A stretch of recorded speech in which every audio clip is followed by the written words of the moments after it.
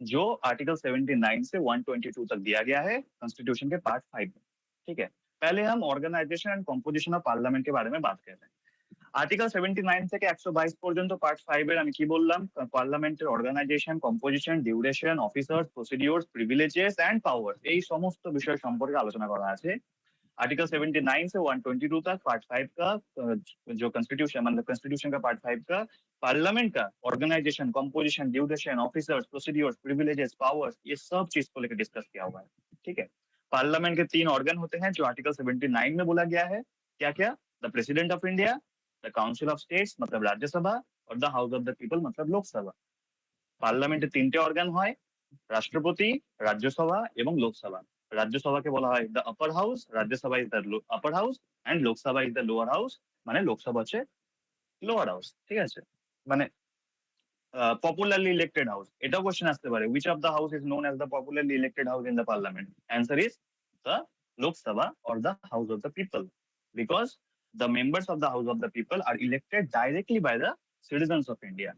Okay, next, bicameral রিপ্রেজেন্টেশনের যদি আমি কথা বলি, রাজ্যসভায় কারা রিপ্রেজেন্ট করেন? রাজ্যসভায় যে সমস্ত এমপিরা থাকেন তারা কোথা থেকে আসেন? তারা স্টেট এবং যে সমস্ত ইউনিয়ন টেরিটরি গুলো আছে সেগুলো থেকে সেগুলোকে রিप्रेजेंट करें। राज्यसभा में जो सब मतलब जो एमपी बैठते हैं, काम करते हैं, वो सब स्टेट एंड यूनियन टेरिटरीज को रिप्रेजेंट करते हैं। ठीक है, और लोकसभा में हम लोग को पता है, लोकसभा के जो एमपी होते हैं हम लोग उनको through the process of general election, या हम कह सकते हैं फास्ट द पोस्ट सिस्टम, ये तरीके से हम लोग उनको इलेक्ट करते हैं और वो सब लोकसभा में जाके काम करते हैं। उसके बाद हम लोग बात कर रहे हैं কম্পোজিশন অফ রাজ্যসভা, আর্টিকেল 80। আমরা তারপরে রাজ্যসভা কি করে গঠিত হয় সেটা নিয়ে আলোচনা করছি, যেটা आर्टिकल 80 তে দেয়া আছে। ঠিক আছে, तो मैंने पहले बोला कि प्रेसिडेंट राज्यसभा में 12 मेंबर्स को नॉमिनेट करते हैं जिनके पास literature, science, arts, social service ये सब को लेके स्पेशल नॉलेज या प्रैक्टिकल एक्सपीरियंस रहता है। ठीक है, और याद रखना मैक्सिमम स्ट्रेंथ होता है 250, मतलब राज्यसभा में मैक्सिमम स्ट्रेंथ ऑफ नंबर्स है 250। ठीक है, जो कि आर्टिकल 80 क्लॉज 1 में दिया गया है। और उनमें से मैंने बोला कि 12 मेंबर्स नॉमिनेटेड होता है बाय द प्रेसिडेंट, और बाकी जो 238 रिप्रेजेंटेटिव्स हैं वो स्टेट एंड यूनियन टेरिटरी से इलेक्टेड होके आते हैं। ठीक है, through the process of PRSTV method, जिस मेथड के द्वारा हम लोग प्रेसिडेंट एंड किसको वाइस प्रेसिडेंट को इलेक्ट करते हैं। ठीक है, नेक्स्ट, एलोकेशन ऑफ सीट्स, मतलब है कि राज्यसभा में 4th शेड्यूल के बेस पे, मतलब कॉन्स्टिट्यूशन में जो 4th शेड्यूल दिया गया है, और एक चीज याद रखना, कॉन्स्टिट्यूशन में जो 4th शेड्यूल दिया गया है उसमें राज्यसभा को लेकर बात बोला गया है। ठीक है, या मैंने जो बोला था tears of pole PM, TEAR, R मतलब राज्यसभा, बस हो गया 4th शेड्यूल। तो 4th शेड्यूले राज्यसभा সম্পর্কে কথা বলা আছে, एंड उसमें बोला गया है कि स्टेट एंड यूनियन टेरिटरी से कैसे इलेक्टेड होके आएंगे, वो जो प्रोसेस है उनका जो सीट एलोकेशन है, ये सब कुछ बात 4th शेड्यूल में बोल के दिया गया है। ठीक है, মানে রাজ্যসভায় যারা স্টেট এবং ইউনিয়ন টেরিটরিজ থেকে যারা রিপ্রেজেন্ট হয়ে আসবেন তাদের রিপ্রেজেন্টেটিভের কথা এবং তাদের রিপ্রেজেন্টেশনের কথা এবং তাদের অ্যালোকেশন অফ সিটের কথা কিসে বলা আছে? 4th schedule of the constitution. ঠিক আছে, তারপর হচ্ছে ইলেকশন মেথড, মানে স্টেট থেকে যে সমস্ত রিপ্রেজেন্টেটিভ আসবেন, নট ইউনিয়ন টেরিটরিজ, স্টেট থেকে যারা রিপ্রেজেন্টেটিভ আসবেন তারা কি করে ইলেक्टेड होंगे, এটা দেয়া আছে आर्टिकल 80 क्लॉज 4 এ। ये आर्टिकल 80 क्लॉज 4 में दिया गया है। क्या दिया गया है? Election method of state representatives. ঠিক আছে, তো প্রত্যেকটা স্টেটে যারা বিধানসভা থাকছে তার যারা এমএলএ হন, ঠিক আছে, তারা পিআরএসটিভি মেথডের মাধ্যমে, পিআরএসটিভি মেথড মানে কি? Proportional representation by means of the single transferable vote, এই প্রসেসটার মাধ্যমে রাজ্যসভার যারা এমপি হন তাদের ইলেক্ট করে থাকেন। ঠিক আছে, তাদের সিলেক্ট করে থাকেন। তারপর হচ্ছে union territory representation, union territory জায়গা রিপ্রেজেন্ট করেন। মনে রাখবে দিল্লি, পুদুচ্চেরি এবং জম্মু এন্ড কাশ্মীর, এই 3টে ইউনিয়ন টেরিটরি থেকে রিপ্রেজেন্টেশন করা হয় রাজ্যসভাতে, এবং এটার জন্য আলাদা করে মানে এই সমস্ত ইউনিয়ন টেরিটরি থেকে যারা রিপ্রেজেন্টেটিভ আছে তাদের জন্য আলাদা করে কোনো প্রসিডিওরের কথা বলা নেই, তারা পার্লামেंट যেমন করে ল বানিয়ে দেবে সেই হিসেবে তাদের ইলেক্ট करा হয়। मतलब है कि मैंने बोला कि स्टेट से जो रिप्रेजेंटेटिव्स आएंगे उनको कौन इलेक्ट करेंगे? उनको इलेक्ट करेंगे स्टेट लेजिस्लेटिव असेंबलीज के जो एमएलएस रहेंगे वो सब। ठीक है, किस मेथड के द्वारा? Proportional representation by means of the single transferable vote, और we can say PRSTV method. Okay, next, union territory से जो रिप्रेजेंटेटिव्स आएंगे उनके लिए अलग से कोई प्रोसीड्योर नहीं बोला गया है। पार्लियामेंट जैसे लॉ बना देगा उस मैनर से वो लोग इलेक्टेड होंगे, और दिल्ली, पुदुच्चेरी एंड जम्मू एंड कश्मीर, ये 3 यूनियन टेरिटरी से मेंबर्स इलेक्टेड होके राज्यसभा में जाते हैं। ठीक है, এতটা কোনো সবার ক্লিয়ার হলো? তাহলে কম্পোজিশন লোকসভায় যাবো। দাদা ওই বললেন না মানে এমএলএ রা যে মানে এ করে মানে ওই রাজ্যসভার যারা থাকবে তাদেরকে ওরা সিলেক্ট করে না ইলেক্ট করে? ইলেক্ট করে ইলেক্ট করে। পিআরএসটিপি মেথডের মাধ্যমে। আচ্ছা আচ্ছা। ঠিক আছে। আচ্ছা, পিআরএসটিপি মেথড সবার মনে আছে? পিআরএসটিপি মেথড সবার মনে আছে? আমি যদি কাউকে বলি পিআরএসটিপি মেথড বোঝাতে, সে বোঝাতে পারবে? কে বোঝাতে পারবে? হাত তোলো। আর একবার এক্সপ্লেন করে দিলে ভালো হতো। হ্যাঁ হ্যাঁ, করবো। আচ্ছা, কে আমাকে বলো যে can you explain the PRSTP method as I explained in the earlier classes? কেউ আছো যে পিআরএসটিপি মেথডটা এক্সপ্লেন করতে পারবে? With explanation, not in a bookish language. যে কাজগুলো আছে ওইগুলো পিআরএসটিপি মেথডটা কেমন করে, মানে প্রসেসটাকে আমি একটা এক্সাম্পল দিয়েছিলাম। আমরা এই তিনজনকে বেছে নিচ্ছি, তারপর আমরা ভোট করব। আচ্ছা, রিজান হাত তুলেছে। রিজান বলো, আজ তুমি বোঝাও দেখি পিআরএসটিপি মেথডটা বোঝাও। আচ্ছা, পিআরএসটিভি অর্থাৎ proportional representation by means of single transferable vote, এতে কি হয়, যারা যারা ক্যান্ডিডেটস থাকবে, যারা যারা ভোট দিবে তাদেরকে ব্যালট পেপার দেওয়া হয়, দিয়ে ব্যালট পেপারে তাদেরকে প্রেফারেন্স লিখতে বলা হয়। মানে সাপোজ যদি 3 জন ক্যান্ডিডেট থাকে, তাহলে তুমি কাকে প্রেসিডেন্ট হিসাবে, আমি প্রেসিডেন্টের জন্য বলছি, মানে কাকে তুমি প্রেসিডেন্ট হিসাবে দেখতে চাও তাকে তুমি ফার্স্ট প্রেফারেন্স দেবে। আর যদি সে না হয় তাহলে তারপরে তুমি কাকে দেখতে চাও তাকে সেকেন্ড প্রেফারেন্স দেবে, বা সেও যদি না হয় তাহলে তারপরে কাকে দেখতে চাও, এরকম করে থার্ড প্রেফারেন্স, ফোর্থ প্রেফারেন্স, যতজন ক্যান্ডিডেট থাকবে তত তুমি প্রেফারেন্স দেবে, first preference, second, third, fourth দিয়ে। এবার যখন কাউন্টিং হবে, এটাকে সিক্রেট ব্যালট বক্সে ভোট দেওয়া হবে, দিয়ে তারপরে যখন কাউন্টিং হবে তখন যে বেশি না, একটা ফিক্সড কোটা থাকবে, প্রথমবার যে কোটা ক্রস করে গেল সে হবে, আর যদি কোটা ক্রস না করতে পারে কেউ তাহলে কি হবে? তাহলে যে কোটা ক্রস করতে পারেনি তার ভোটগুলো ডিস্ট্রিবিউট করে দেওয়া হবে তাদের সেকেন্ড প্রেফারেন্স যে ছিল, মানে এরকম। এটা একটু ভুলে গেছি স্যার। ঠিক আছে ঠিক আছে, খুব ভালো বলেছো, ভেরি গুড। দেখো, তাহলে পিআরএস খুব ভালো করে রিজন বোঝালো। পিআরএসটি মেথড আমি যদি আরেকবার বোঝাই, মানে আমি যদি ধরে নিই রিজান, সোনাম আর পৃথ্বীশ, এই তিনজন হচ্ছে ক্যান্ডিডেট। মানে এই তিনজনের মধ্যে কেউ प्रेसिडेंट हिसाब से नॉमिनेट होता चाहे, ठीक है, प्रेसिडेंट हिसाब से सिलेक्ट होता चाहे। मतलब मैं बोल रहा हूँ कि सोचो रिजान, सोनम और पृथ्वीश, ये 3 कैंडिडेट हैं जो प्रेसिडेंट बनना चाहते, ठीक है। तो बाकी जो मेंबर्स रहेंगे, আমি হিন্দিতেই বলে দিচ্ছি কারণ তোমরা সবাই বাংলাতে জানো অলরেडी, ও রিজানও বাংলায় বললো একবার। तो बाकी जो कैंडिडेट्स हैं उन सबको एक बैलेट पेपर दिया जाएगा, ठीक है, और सब अपना अपना प्रेफरेंस लिखेंगे। किसी ने अपना फर्स्ट प्रेफरेंस लिखा Rizan, second preference Sonam, third preference Prithvish. किसी ने लिखा मेरा first preference Sonam, second preference Prithvish, third preference Rizan. ऐसे जितने मेंबर्स रहेंगे सब अपना अपना प्रेफरेंस लिखेंगे, ठीक है। उसके बाद एक फिक्स्ड कोटा रहेगा। अगर फर्स्ट राउंड में ही तीनों में से कोई किसी ने कोटा क्रॉस कर लिया तो वो बन जाएगा प्रेसिडेंट। पर अगर तीनों में से कोई कोटा क्रॉस नहीं कर पाया तो किया जाएगा सेकेंड राउंड, एंड जो थर्ड आया, मतलब तीनों में से सोनम, रिजान एंड पृथ्वी में से जो थर्ड आएगा, मैंने सोचो अगर मैंने बोला कि सोनम थर्ड आई, ठीक है, तो सोनम का जो वोट था, जिन जिन लोगों ने सोनम को सेकंड प्रेफरेंस में रखा था, वो सब वोट चला जाएगा पृथ्वीश एंड रिजान के पास। मतलब सोनम को जो जो लोगों ने फर्स्ट प्रेफरेंस में रखा था उन लोगों का सेकंड प्रेफरेंस देखा जाएगा। उनमें से जिन लोगों ने सेकंड प्रेफरेंस में रिजान को रखा था वो सब वोट रिजान के पास चला जाएगा। जिन लोगों ने सेकंड प्रेफरेंस में पृथ्वीश को रखा था वो सब वोट पृथ्वीश को चला जाएगा। फिर ऐसे पूरा डिस्ट्रीब्यूट होगा। फिर एक लास्ट राउंड होगा रिजान एंड पृथ्वीश में से, जो उसके बाद फर्स्ट होगा वो बन जाएगा प्रेसिडेंट। इसी मेथड को कहा जाता है PRSTP method, which is broadly called proportional representation by means of single transferable vote, which is done by secret ballot.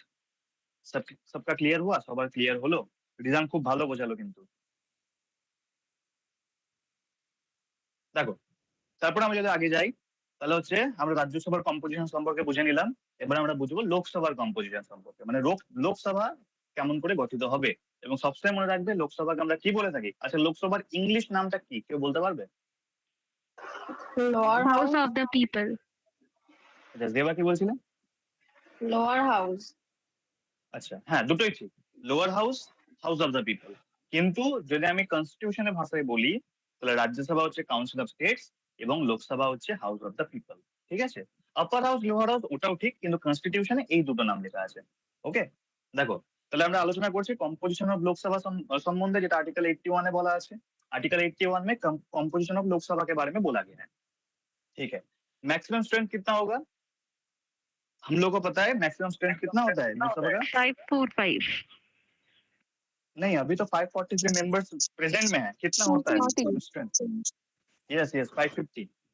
Total 550 জন মেম্বার হন, যার মধ্যে 530 জন মেম্বার ডাইরেক্টলি ইলেক্টেড হন from the territorial constituencies in the states. প্রত্যেকটা বিধানসভা ক্ষেত্র থেকে নির্বাচিত, প্রত্যেকটা লোকসভা ক্ষেত্র থেকে নির্বাচিত হয়ে তারা ইলেক্টেড হন। কতজন মেম্বার? 530 জন মেম্বার। এবং ইউনিয়ন টেরিটরি থেকে 20 জন মেম্বার। ঠিক আছে, মানে 530 জন মেম্বার কোথা থেকে আসেন? প্রত্যেকটা স্টেটের লোকসভা ক্ষেত্র থেকে বা টেরিটোরিয়াল কনস্টিটিউয়েন্সি থেকে। এবং বাকি 20 জন মেম্বার কোথা থেকে আসেন? From the union territories. ঠিক আছে, তাহলে 550 আর प्रेजेंट है कतজন আছেন? 543। मतलब है कि जो 550 टोटल नंबर है उसमें से 530 मेंबर्स आते हैं directly elected from the territorial constituencies in the state, and जो 20 मेंबर्स हैं, बाकी 20 मेंबर्स वो कहां से आते हैं? From the union territories. Next এখানে একটা ইম্পর্টেন্ট কনস্টিটিউশন অ্যামেন্ডমেন্ট আছে, সেটা হচ্ছে 104th কনস্টিটিউশন অ্যামেন্ডমেন্ট অ্যাক্ট 2019। এটাতে কি বলা হলো? এটাতে বলা হলো যে 2020 25শে জানুয়ারি থেকে আগের যে একটা প্রভিশন ছিল আর্টিকেল 331 এ, যেটা মানে হচ্ছে সেটা কি বলা ছিল? সেটা বলা ছিল যে প্রেসিডেন্ট দুজন অ্যাংলো ইন্ডিয়ানকে লোকসভায় নমিনেট করতে পারেন এবং গভর্নর একজনকে স্টেট অ্যাসেম্বলি মানে বিধানসভায় নমিনেট করতে পারেন। মানে প্রেসিডেন্ট দুজনকে লোকসভায় নমিনেট করতে পারতো এবং রাজ্যপাল বা গভর্নর একজনকে বিধানসভায় নমিনেট করতে পারতো। ঠিক আছে, মনোনীত করতে পারতো। কিন্তু এই যে 104th কনস্টিটিউশনাল অ্যামেন্ডমেন্ট অ্যাক্ট 2019 এটার মাধ্যমে এইটাকে চেঞ্জ করে দেওয়া হয়। মানে এখন প্রেসিডেন্ট কাউকে নমিনেট করতে পারেন না লোকসভায় এবং गवर्नर काउके स्टेट असेंबली व विधानसभा नॉमिनेट करते पारेन ना। इसका मतलब है कि एक इम्पोर्टेंट कॉन्स्टिट्यूशनल अमेंडमेंट लाया गया जिसका है कि 104th कॉन्स्टिट्यूशनल अमेंडमेंट एक्ट 2019, जिसके द्वारा पहले क्या होता था? पहले प्रेसिडेंट 2 मेंबर्स को एंग्लो इंडियन कम्युनिटी से लोकसभा में इलेक्ट कर पाते थे, and governor of the every state क्या कर सकते थे? एक मेंबर को विधानसभा या स्टेट असेंबली में नॉमिनेट कर सकते थे। पर ये अभी एबोलिश कर दिया गया है, ये अभी चेंज कर दिया गया है, और इसीलिए अभी मैक्सिमम स्ट्रेंथ क्या है? 530 from the states and 20 from the union territories और यूटीज। क्लियर सवाल? सवाल क्लियर? यस और नो? Yes sir. नेक्स्ट হচ্ছে readjustment after each census and delimitation, article 82। মনে রাখবে প্রত্যেকটা জনগণনা হওয়ার পর, प्रत्येकटा सेंसस होने के बाद, मतलब एवरी सेंसस होने के बाद लोकसभा के जो सीट्स हैं जो एवरी स्टेट से आते हैं उनके एलोकेशन को लेकर थोड़ा सा रीएडजस्ट किया जाता है, उनको थोड़ा सा चेंज किया जाता है, किसी का टेरिटरी में चेंज लाया जाता है किसी किसी स्टेट का। ये सब किसके बाद होता है? सेंसस के बाद होता है। ठीक है, कोई मुझे बोल सकता है कि लास्ट सेंसस कब हुआ था? 2011-তে। गुड। আর কত বছর পর পর সেন্সাস হয়? 10 বছর পর। 10 বছর। আবার সেন্সাস কখন আছে? এটা এখন চলছে না? 1 আগস্ট থেকে শুরু হওয়ার কথা। হ্যাঁ 1 আগস্ট থেকে শুরু হয়েছে। দেখো তারপর হচ্ছে রিঅ্যাডজাস্টমেন্ট ম্যান্ডেট, মানে বলা হচ্ছে আপন কমপ্লিশন অফ ইচ সেন্সাস, প্রত্যেকটা সেন্সাস কমপ্লিট হয়ে যাওয়ার পর readjustment is made in the allocation of seats to states in Lok Sabha and division of each state into territorial constituencies। মানে প্রত্যেকটা প্রত্যেকটা সেন্সাস হয়ে যাওয়ার পর স্টেটের যে সমস্ত সিট গুলো থেকে লোকসভা এমপি ইলেক্টেড হন সেই সিট গুলোকে চেঞ্জ করা যেতে পারে, করা হয়, এবং লোকসভার যে ক্ষেত্র তাকে চেঞ্জ করা হয়। কোনো লোকসভা ক্ষেত্রকে বাড়ানো যেতে পারে, কমিয়ে দেওয়া যেতে পারে, এইসব করা যায় সেন্সাসের পর।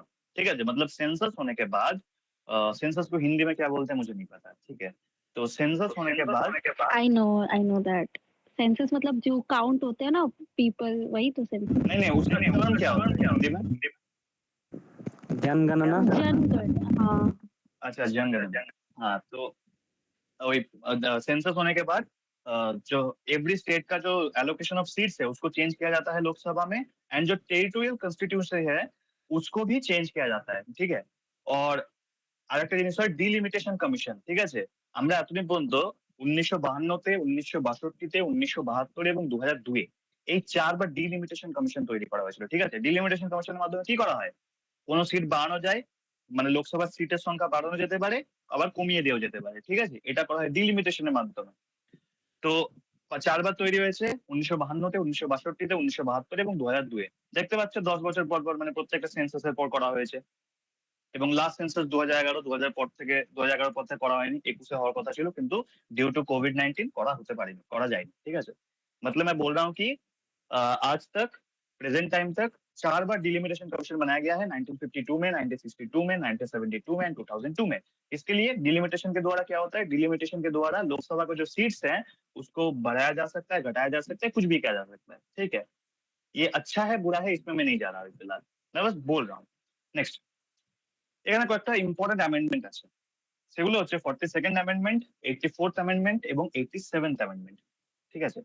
42nd অ্যামেন্ডমেন্টের মাধ্যমে কি করা হয়েছিল জানো, 42nd অ্যামেন্ডমেন্টের মানে করা হয়েছিল 1971 যে সেন্সাস হয়েছিল সেটাকে, মানে সরি, করা হয়েছিল কি, সিট যে সমস্ত কনস্টিটিউয়েন্সি থেকে যে সিট গুলো ছিল সেগুলোকে ফ্রিজ করে দেওয়া হয়েছিল 1971 থেকে 2000 পর্যন্ত, 2000 সাল পর্যন্ত, ঠিক আছে। মানে 1971 সাল থেকে 2000 সাল পর্যন্ত যে সিট গুলো ছিল সেগুলোকে ফ্রিজ করে দেওয়া হয়েছিল, মানে সিট বাড়ানো যাবে না, কমানো যাবে না, এটা করা হয়েছিল। এটা 42nd অ্যামেন্ডমেন্ট অ্যাক্ট 1976 এর মাধ্যমে করা হয়েছিল। এখানে আমার কোশ্চেন হচ্ছে, which constitution amendment act is known as mini constitution? 42nd। ঠিক আছে, 42nd। गुड। देखो ताहले की बोललाम, 42nd अमेंडमेंट एक्ट 1976 के द्वारा क्या किया गया था, 1971 से 2000 तक सीट्स थे, सीट एलोकेशन थे, वो सबको फ्रीज कर दिया गया था, मतलब वो सबको बढ़ाया भी नहीं जा सकता, घटाया भी नहीं जा सकता। उसके बाद আরেকটা অ্যামেন্ডমেন্ট এলো, সেটা হচ্ছে 84th অ্যামেন্ডমেন্ট অ্যাক্ট 2001।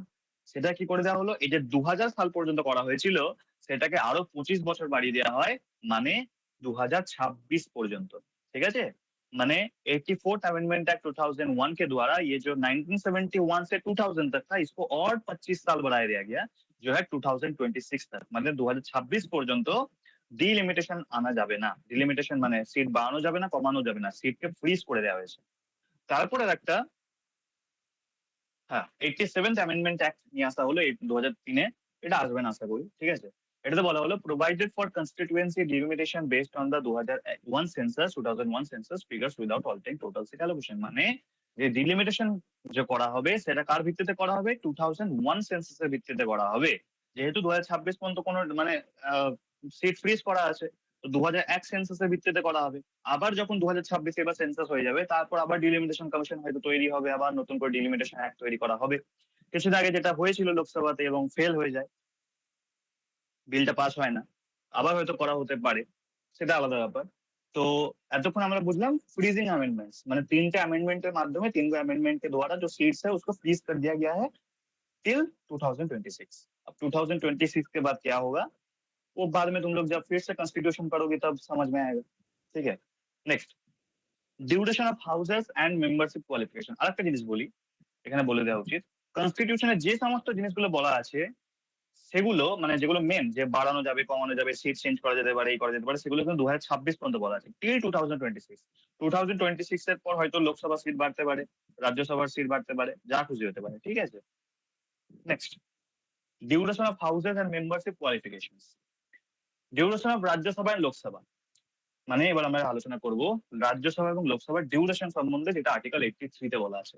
রাজ্যসভার ডিউরেশন, আচ্ছা বলো তো, between the two houses of parliament, Rajya Sabha and Lok Sabha, which house is called the permanent body and not Rajya Sabha। Rajya Sabha, very good. তো রাজ্যসভা হচ্ছে এক পার্মানেন্ট বডি, মানে রাজ্যসভায় কোনোদিন ডিসॉल्व করা যায় না। राज्यसभा कभी भी डिसॉल्व किया नहीं जाता, जैसे लोकसभा को हर 5 साल के बाद डिसॉल्व किया जाता है, राज्यसभा को डिसॉल्व नहीं किया जाता। तो तुम लोग के मन में अब क्वेश्चन आएगा कि तब मतलब तब तो जो पहले इलेक्ट हुए थे एज अ राज्यसभा एमपी वो तो चले ही आ रहे होंगे, मतलब वो तो कभी सीट छोड़ेंगे ही नहीं। ऐसा नहीं होता, हर 2 साल के बाद 1/3 मेंबर रिटायर कर देते हैं, ठीक है।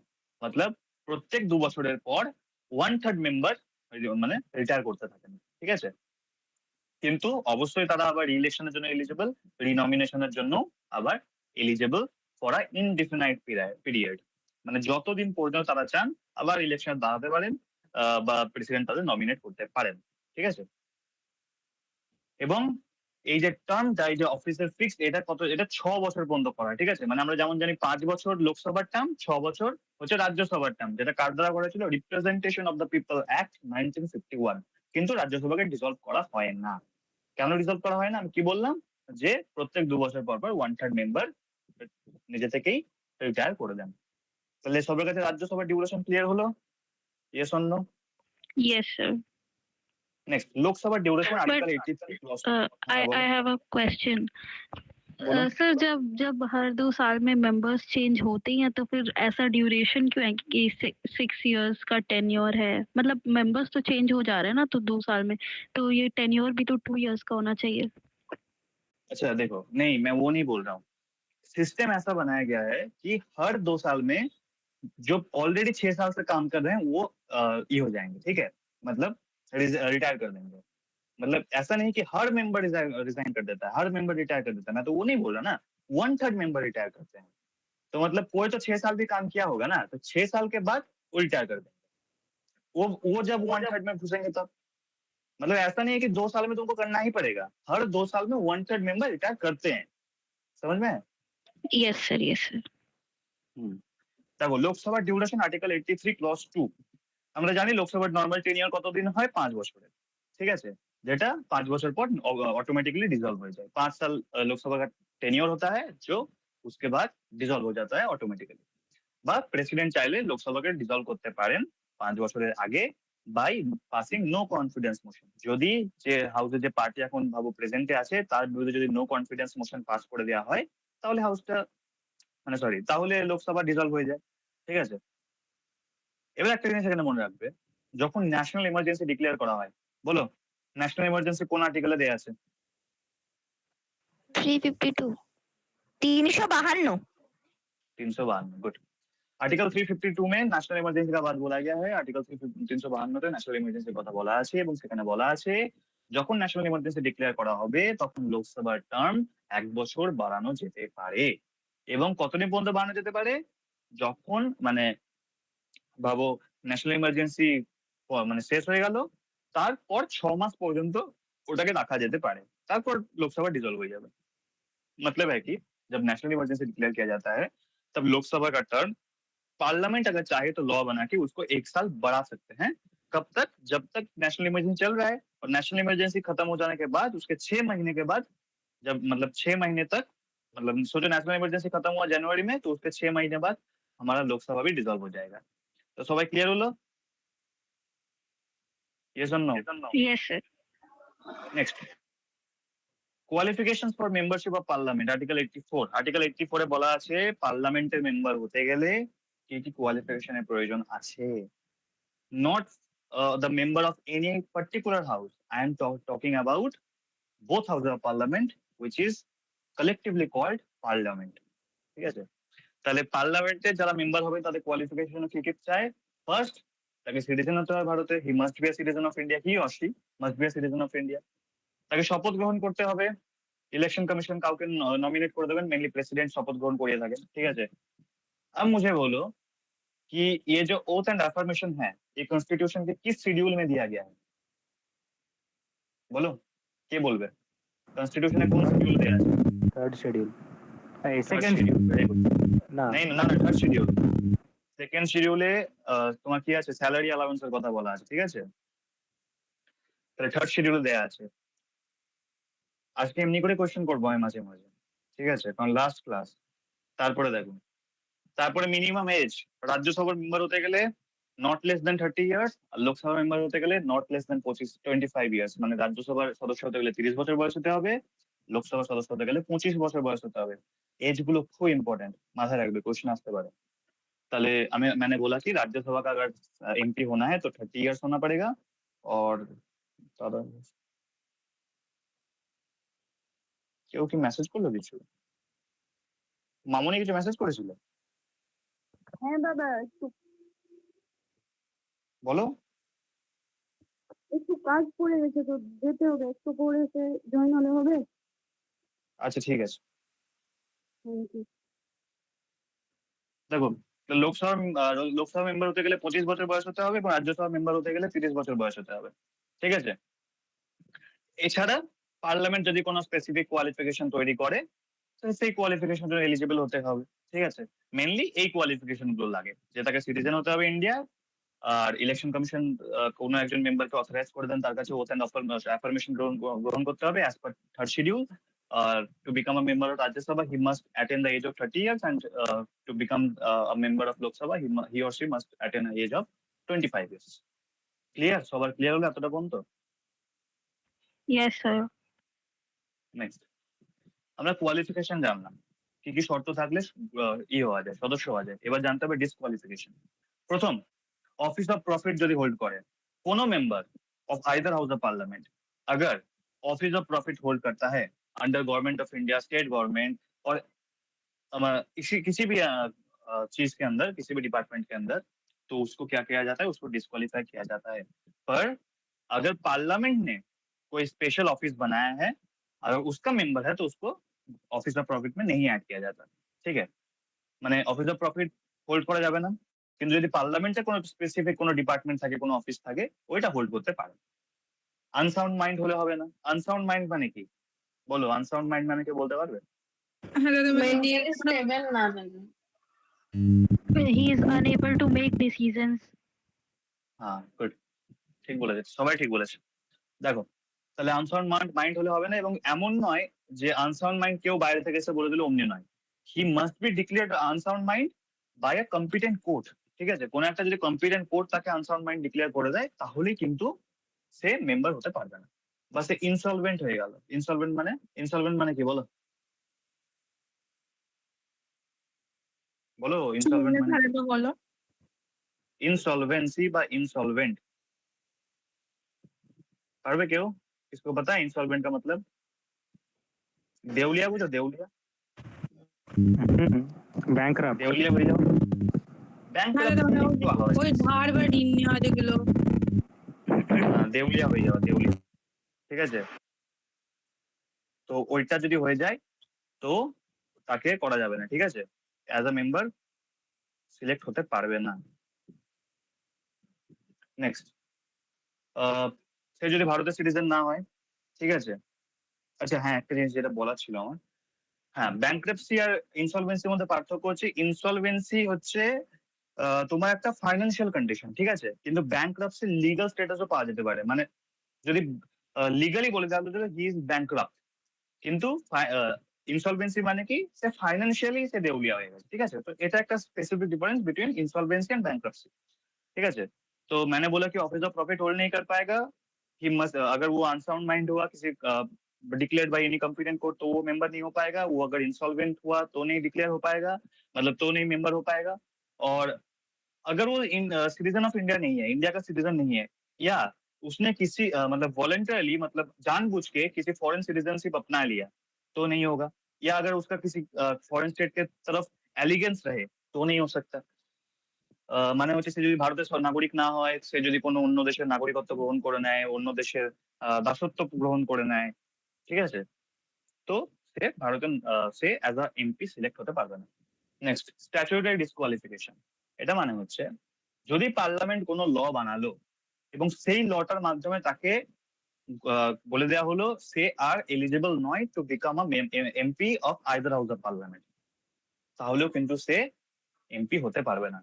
তাহলে বুঝতে পারলে কোন কোন গ্রাউন্ডের মাধ্যমে, কোন কোন জিনিসের মাধ্যমে ডিসকোয়ালিফাই করা যায়, মানে কখন একজন মেম্বার ডিসকোয়ালিফাই হতে পারে। সবার কাছে ক্লিয়ার? সবটা ক্লিয়ার হুয়া? থাকলেও তো হবে না। বুঝতে পারলাম না, বলো। বলছি ক্রিমিনাল রেকর্ড থাকলেও তো হবে না। ক্রিমিনাল রেকর্ড থাকলেও হয় না। ঠিক আছে? কিন্তু আমাদের পার্লামেন্টে তো ক্রিমিনাল যাই হোক, স্যার আর্টিকেল 103 টা কি বলছে?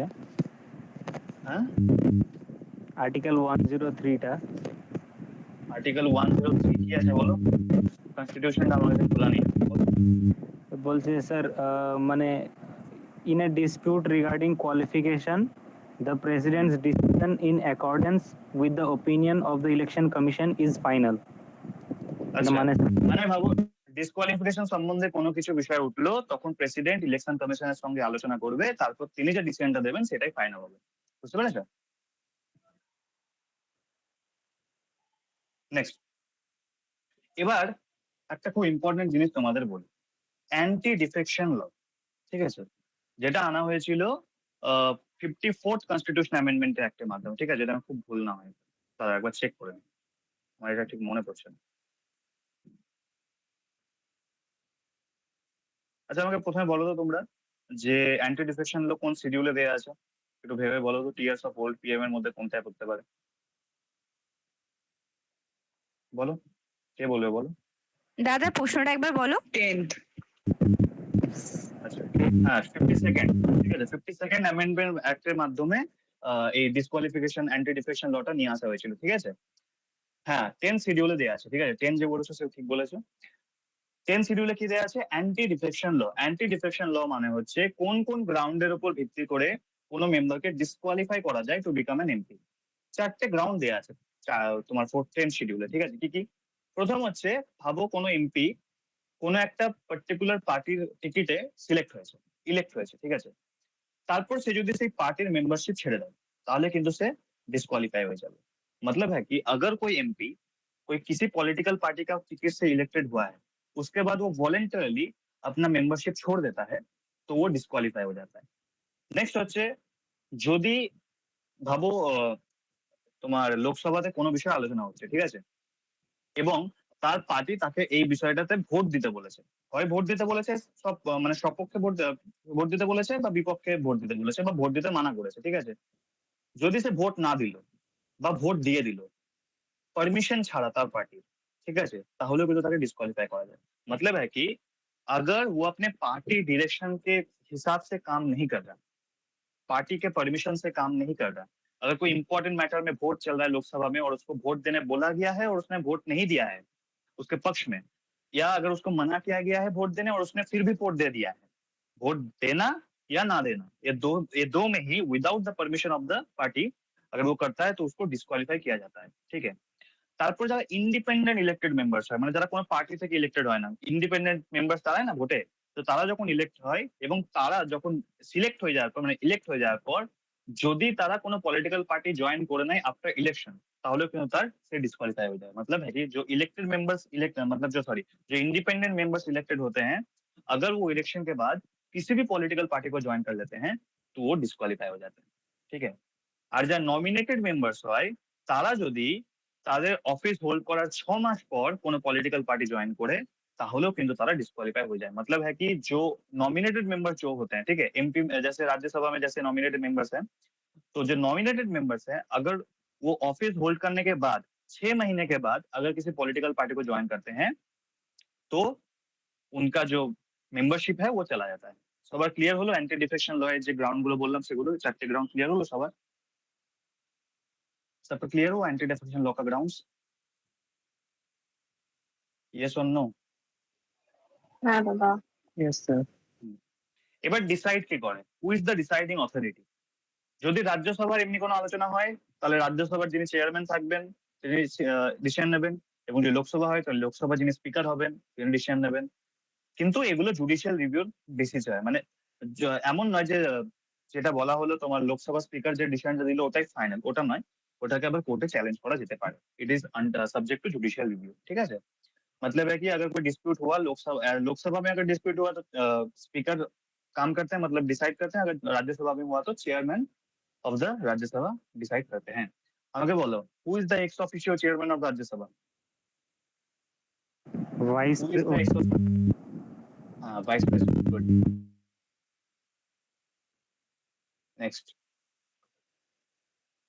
नेक्स्ट হচ্ছে decision of disqualifications article 103 and vacation of seats article 101, যেটা আমি এক্ষুনি বললাম, যেটা রিজন জিজ্ঞেস করলো আমাকে, যখন কোনো ডিসকোয়ালিফিকেশন সম্বন্ধে কোনো জিনিস হবে, কোনো আলোচনা হবে, তখন প্রেসিডেন্ট অফ ইন্ডিয়া তার যে কোশ্চেন হবে সেটা ইলেকশন কমিশন অফ ইন্ডিয়াকে পাঠাবেন এবং দুজনে মিলে যে আলোচনা করবেন তা সেই হিসেবে কাজ করা হবে। मतलब है कि अगर डिस्क्वालिफिकेशन को लेके कुछ बात हुआ, ठीक है, कोई भी क्वेश्चन आया प्रेसिडेंट के पास, ठीक है, नहीं तो स्पीकर तो अपना दे देता है, मतलब डिसीजन दे देता है, स्पीकर भी दे सकता है, चेयरमैन भी दे सकता है। पर अगर प्रेसिडेंट के पास भेजा गया कोई क्वेश्चन, ठीक है, उनको रेफर किया गया, तो वो इलेक्शन कमीशन के साथ बात करेंगे, फिर वो लोग जो बोलेंगे उस हिसाब से वो एक्ट करेंगे, ठीक है। এতটা পর্যন্ত ক্লিয়ার হলো? आर्टिकल 103 क्लियर হলো? সবার क्लियर? No sir. अच्छा, देखो मैं बोल रहा हूँ कि अगर किसी मेंबर को डिस्क्वालीफाई करना है, अगर लोकसभा में करना है तो स्पीकर का डिसीजन फाइनल होता है, और अगर राज्यसभा में करना है तो चेयरमैन डिसीजन लेते हैं। पर अगर कोई क्वेश्चन प्रेसिडेंट को भेजा गया, प्रेसिडेंट को रेफर किया गया, तो प्रेसिडेंट क्या करेंगे? President election commission of India के साथ कंसल्टेशन करेंगे, ठीक है, बात करेंगे। फिर उनका जो ओपिनियन होगा, मतलब इलेक्शन कमीशन से उनको जो ओपिनियन मिलेगा, ओपिनियन उस हिसाब से वो बात करेंगे, काम करेंगे। समझ में आया? Yes sir. দেখো, वैकेशन ऑफ सीट्स মানে কখন কোনো মেম্বারকে তার সিট ভ্যাকেট করে দিতে হয়, ছেড়ে দিতে হয়, कब किसी मेंबर को वैकेट कर देना पड़ता है अपना सीट 101 এ বলা আছে। যদি কোনো পারসন বোথ হাউস অফ পার্লামেন্টের মেম্বার হয়ে যায়, মানে লোকসভাতেও সিলেক্ট হয়ে গেছে বাবু, রাজ্যসভাতেও সিলেক্ট হয়ে গেছে, ঠিক আছে, তাহলে তাকে 10 দিনের মধ্যে তাকে ভাবতে হবে সে কোনটায় কাজ করতে চায়, সে লোকসভায় অ্যাজ এ এমপি কাজ করতে চায় না রাজ্যসভায় অ্যাজ এ এমপি কাজ করতে চায়। আর যদি না 10 দিনের মধ্যে সিলেক্ট করে, তাহলে তার রাজ্যসভার যে সিটটা ছিল সেটা অটোমেটিক্যালি वैकेट हो जाए। मतलब है कि अगर कोई member both house of the parliament का मेंबर है, ठीक है, मतलब सिलेक्ट हो जाता है किसी तरह, तो 10 दिन के अंदर उसको सिलेक्ट करना पड़ता है वो किस हाउस में काम करना चाहता है, लोकसभा में करना चाहता है या राज्यसभा में करना चाहता है, ठीक है। और अगर वो 10 दिन के अंदर सिलेक्ट नहीं किया, तो उसका जो राज्यसभा का सीट है वो ऑटोमेटिकली वैकेट हो जाता है, मतलब ऑटोमेटिकली चला जाता है। नेक्स्ट হচ্ছে যদি কোনো মেম্বার পার্লামেন্টের সদস্য হয় এবং একই সঙ্গে বিধানসভা বিধান পরিষদের সদস্য হয়ে যায়, ঠিক আছে, স্টেট অ্যাসেম্বলির সদস্য হয়ে গেল, ঠিক আছে, তাহলে পার্লামেন্ট তাকে একটা নির্দিষ্ট পরিমাণ টাইম বলে দেবে, ঠিক আছে, এবং সেই টাইমের মধ্যে সে যদি কোনো একটা সিট না ছেড়ে দেয়, তাহলে তার যে स्टेट असेंबली যে सीटটা ছিল সেটা ऑटोमेटिकली वैकेट हो जाए। मतलब है कि अगर कोई मेंबर पार्लियामेंट का भी और स्टेट असेंबली के भी मेंबर सिलेक्ट हो जाता है, तो पार्लियामेंट अपना एक टाइम लिमिट बोल देगा उसको। अगर उस टाइम लिमिट के अंदर वो अपना किसी भी एक सीट नहीं छोड़ता, तो उसका जो स्टेट असेंबली का सीट होगा वो ऑटोमेटिकली चला जाएगा, ঠিক আছে। এবার হচ্ছে রেজিগনেশন। রেজিগনেশন কাকে দেয়? যদি লোকসভার সদস্য হয় তাহলে স্পিকারকে দেবে, আর রাজ্যসভার সদস্য হলে চেয়ারম্যানকে দেবে, ঠিক আছে। এবং ভাবো তাকে রিমুভ করা হলো, ঠিক আছে, তাহলে তাকে মানে কোনো কারণবশত সে কোনো ভুল কাজ করেছে, ঠিক আছে, তাহলে তাকে 60 দিনের জন্য 60 কনজিকিউটিভ ডেজ এর জন্য তাকে অ্যাবসেন্ট করে দেওয়া হয়, মানে তাকে বলে দেয় তাকে সে মিটিং এ আসতে পারবে না ফর 60 কনজিকিউটিভ ডেজ, ঠিক আছে। তাহলে এতটা পর্যন্ত ক্লিয়ার হলো সবার? এতটা পর্যন্ত ক্লিয়ার হলো? Yes sir. আজকে সবাই মনে হচ্ছে খুব একদম হয়ে আছে, মানে খুব ক্লান্ত হয়ে আছে, আগের দিনে অন্য দিনের মতো জোশ পাচ্ছে না কারোর থেকে। কি ব্যাপার, ভালো লাগছে না আজকের ক্লাস? বোরিং লাগছে? বলো। স্যার লাস্টে 60 কনজিকিউটিভ ডেজ এর যেটা বললেন ওটা একটু বুঝতে পারলাম। মানে হচ্ছে ভাবো কোনো মেম্বারকে যদি কোনো মেম্বার কোনো ভুল কাজ করলো, ঠিক আছে, তাহলে তাকে 60 দিনের জন্য তাকে সাসপেন্ড টাইপের করে দেওয়া হয়। বুঝতে পেরেছো? ক্লিয়ার? হ্যাঁ স্যার। কেউ কিছু বলছো? নেক্সট দেখো, তাহলে আমরা পার্লামেন্ট সম্পর্কে জানলাম, এবার আমরা পার্লামেন্টের কয়েকজন অফিসার সম্পর্কে জানি, মানে স্পিকার সম্বন্ধে, ডেপুটি স্পিকার সম্বন্ধে, চেয়ারম্যান সম্বন্ধে, এর সম্বন্ধে আমরা একটু জেনে নিই, ঠিক আছে। প্রথমে আমরা পড়বো speaker and deputy speaker of Lok Sabha. লোকসভার স্পিকার এবং ডেপুটি সম্পর্কে আলোচনা হচ্ছে, যেটা দেওয়া আছে আর্টিকেল 93 থেকে आर्टिकल 96 পর্যন্ত। आर्टिकल 93 से आर्टिकल 96 तक speaker and deputy speaker of Lok Sabha के बारे में बोला गया है। Election of speaker and deputy speaker article 93 মানে স্পিকার এবং ডেপুটি স্পিকারকে কি করে ইলেক্ট করা হয়, স্পিকার এন্ড ডেপুটি স্পিকার को कैसे इलेक्ट किया जाता है। তো লোকসভার যারা মেম্বার থাকবেন তারা নিজেদের মধ্য থেকে একজনকে স্পিকার এবং একজনকে ডেপুটি স্পিকার হিসেবে চয়েস করে নেবেন। এর জন্য কোনো আলাদা করে ইলেকशन प्रोसीड्योर नहीं। मतलब है कि लोकसभा का जो मेंबर्स होंगे वो अपने से एक को स्पीकर और एक को डेप्यूटी स्पीकर के तरीके से इलेक्ट कर लेंगे। उसके लिए अलग से कोई प्रोसीड्योर नहीं है, कोई इलेक्शन का प्रोसीड्योर नहीं है, ठीक है। কি করে ভ্যাকেট করা যাবে বা রিমুভ করা যেতে পারে? आर्टिकल 94 में बोला है, मतलब आर्टिकल 94 में बोला गया है कि स्पीकर और डेप्यूटी स्पीकर का सीट कैसे वैकेट हो सकता है, कैसे उनको रिमूव किया जा सकता है, ठीक है। Vacates office if ceasing to the Lok Sabha member, अगर वो बोल दिया अपना स्पीकर का पद छोड़ के मैं किसी लोकसभा का मेंबर होना चाहता हूँ, ठीक है, तो उनका सीट चला जाता है মানে তিনি বলেন আমি আর স্পিকার হিসেবে কাজ করতে চাই না, আমি অ্যাজ এ লোকসভার একজন এমপি হিসেবে কাজ করতে চাই, তাহলে তার সিট চলে যাবে। ঠিক আছে, এবং সবসময় মনে রাখবে স্পিকার নিজের রেজিগনেশন লেটার দেন ডেপুটি স্পিকারকে এবং ডেপুটি স্পিকার নিজের রেজিগনেশন লেটার দেন স্পিকারকে। ঠিক আছে, তারপর হচ্ছে কি করে রিমুভ করা যেতে পারে।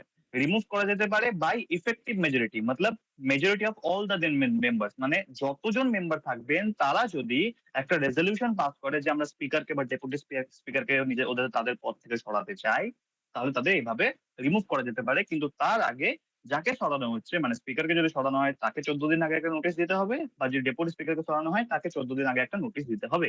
मतलब है कि अगर स्पीकर को या डेप्यूटी स्पीकर को रिमूव करना है तो उसके लिए एक रेजोल्यूशन पास किया जाता है by the all the then members, मतलब एक इफेक्टिव मेजोरिटी के द्वारा, नॉट सिंपल मेजोरिटी और स्पेशल मेजोरिटी।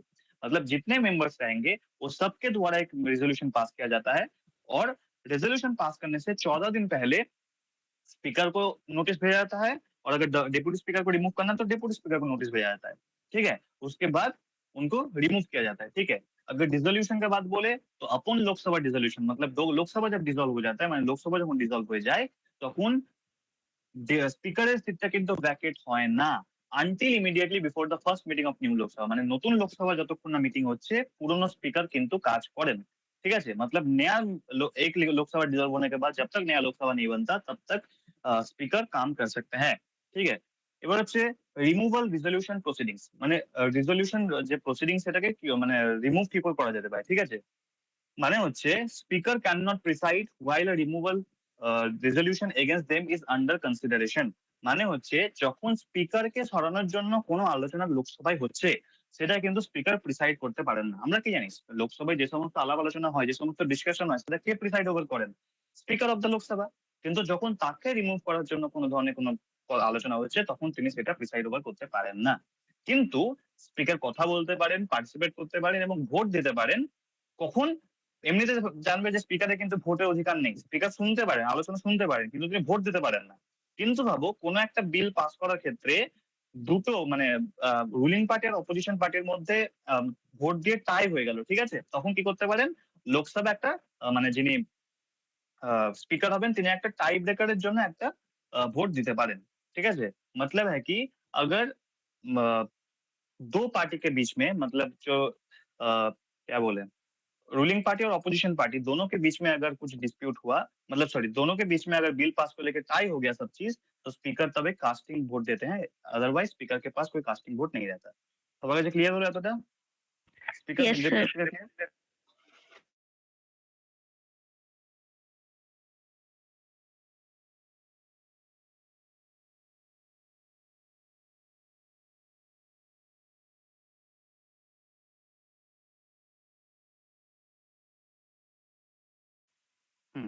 নেক্সট আমরা আলোচনা করব চেয়ারম্যান এবং ডেপুটি চেয়ারম্যান সম্বন্ধে। ঠিক আছে, রাজ্যসভা। ঠিক আছে, তো আমি জানি, আমরা যেমন জানি আর্টিকেল 89 क्लॉज 1 में बोला আছে যে वाइस प्रेसिडेंट কি হবেন? X official chairman of Rajya Sabha, मतलब वाइस प्रेसिडेंट ऑफ इंडिया क्या होंगे?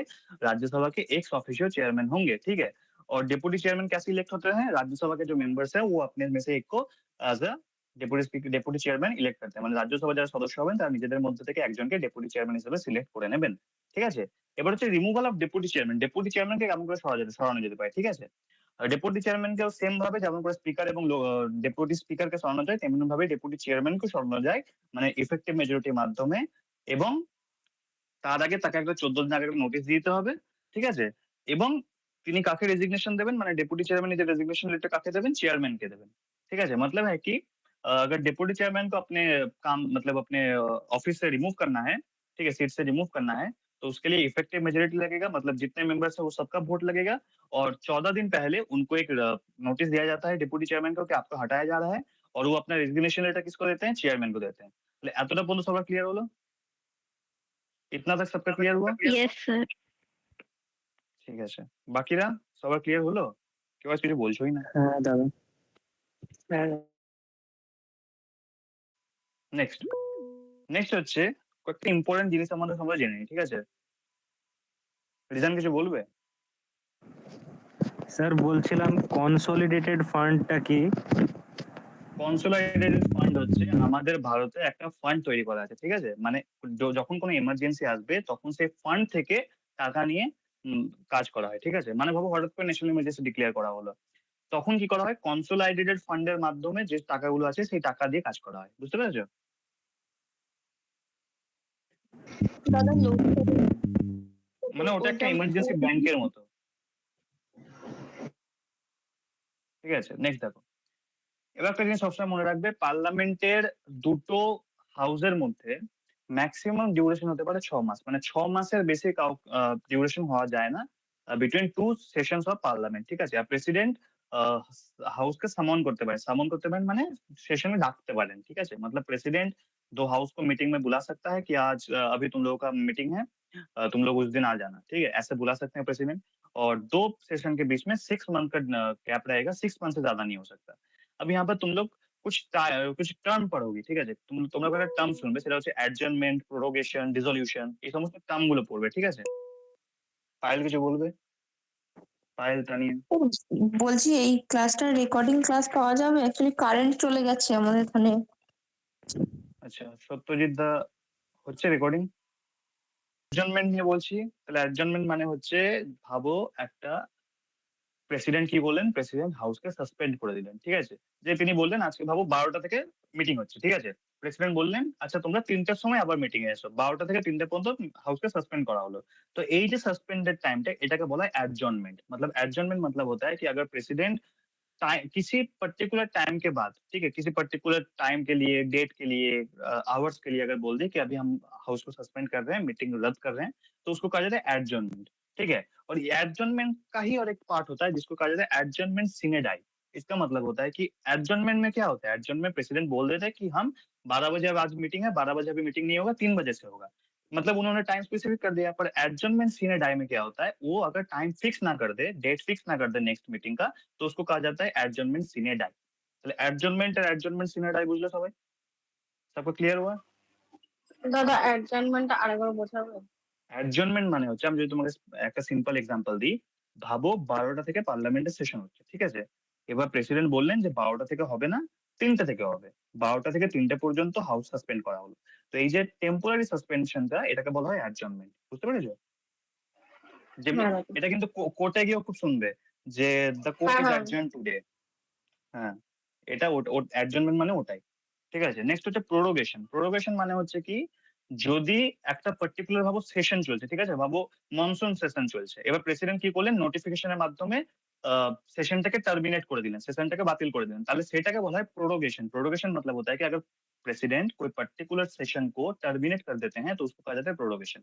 और डिसोल्यूशन আরেকটা জিনিস, ডিসোলিউশন মানে জানো যখন লোকসভার লাইফ শেষ হয়ে যায় তখন সেটা হয়ে যায় डिसोल्यूशन। তারপরে जनरल इलेक्शन হয়, मतलब लोकसभा का जब टर्म खत्म हो जाता है, उसका लाइफ खत्म हो जाता है, तो उसको डिसोल्यूशन कहा जाता है। उसके बाद जनरल इलेक्शन फिर से होता है। সবার ক্লিয়ার হলো? আমরা কি কি টার্ম পড়লাম, অ্যাডজর্নমেন্ট, অ্যাডজর্নমেন্ট সিনে ডাই, প্রোরোগেশন এবং ডিসোলিউশন। এই চারটে সবার ক্লিয়ার হলো? হ্যাঁ দাদা।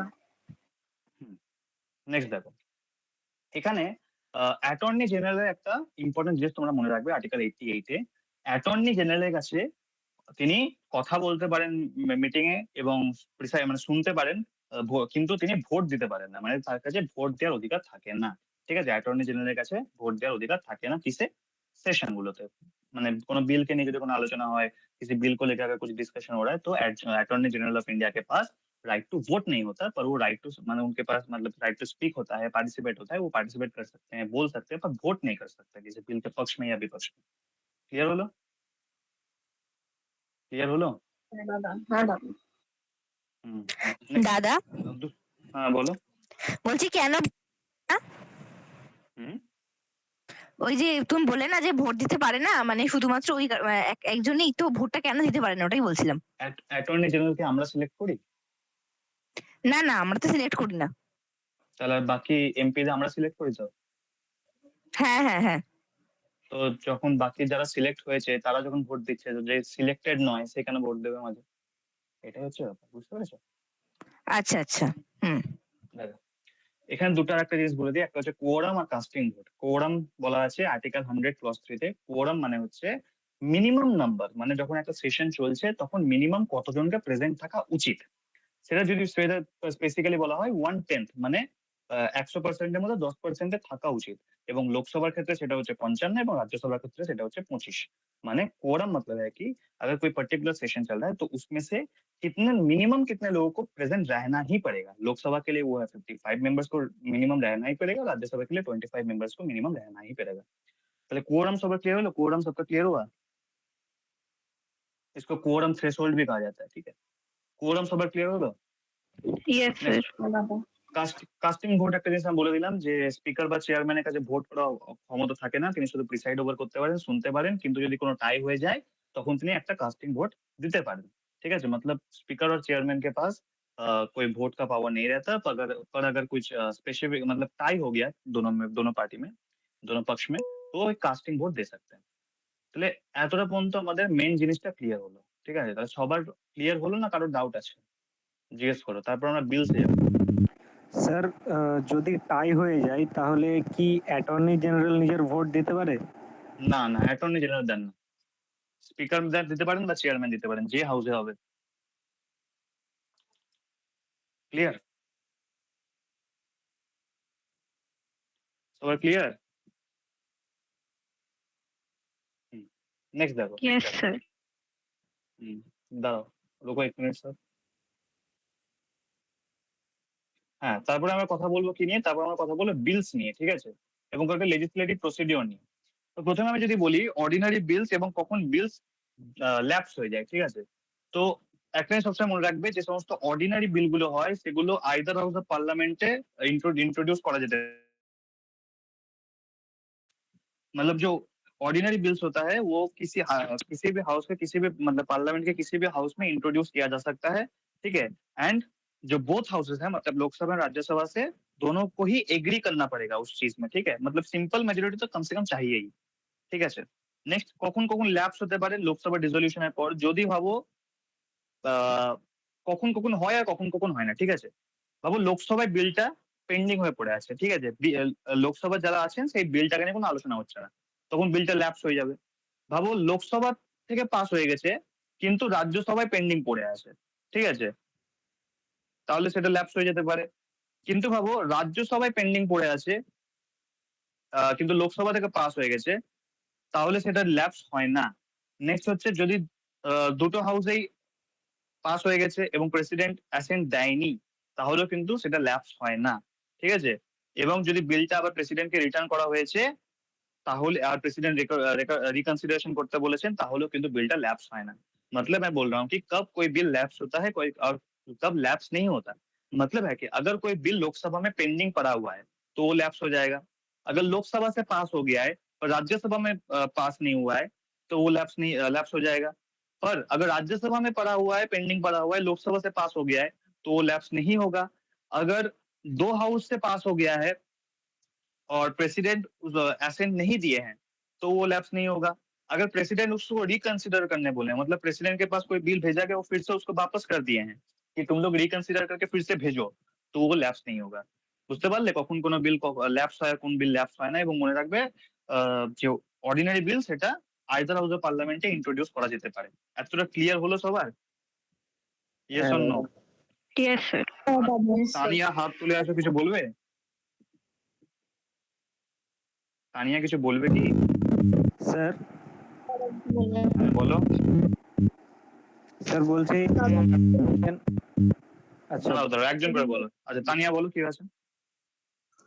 লোকসভায় যে রেজলিউশন বললেন না, ওর মানেটা বুঝলাম না। রেজলিউশন মানে হচ্ছে ভাবো স্পিকারকে পদ থেকে সরানো হবে, তার জন্য একটা বিল পাস করাতে হবে না। একটা বিল পাস করার মাধ্যমে স্পিকারকে সরানো যেতে পারে।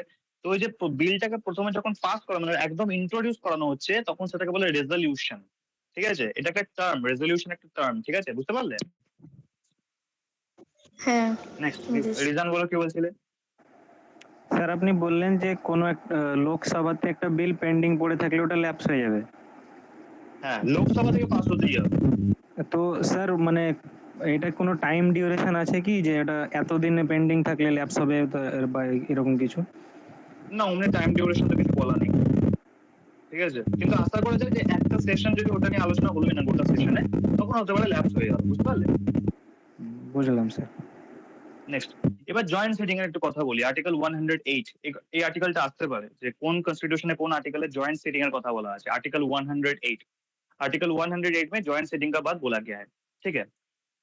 ভাবো কোন একটা বিল নিয়ে ডেডলক অ্যারাইজ করলো, মানে বিলটা নিয়ে আলোচনা, মানে ভাবো ডিসপিউট অ্যারাইজ করলো, আটকে গেল বিলটা, ঠিক আছে।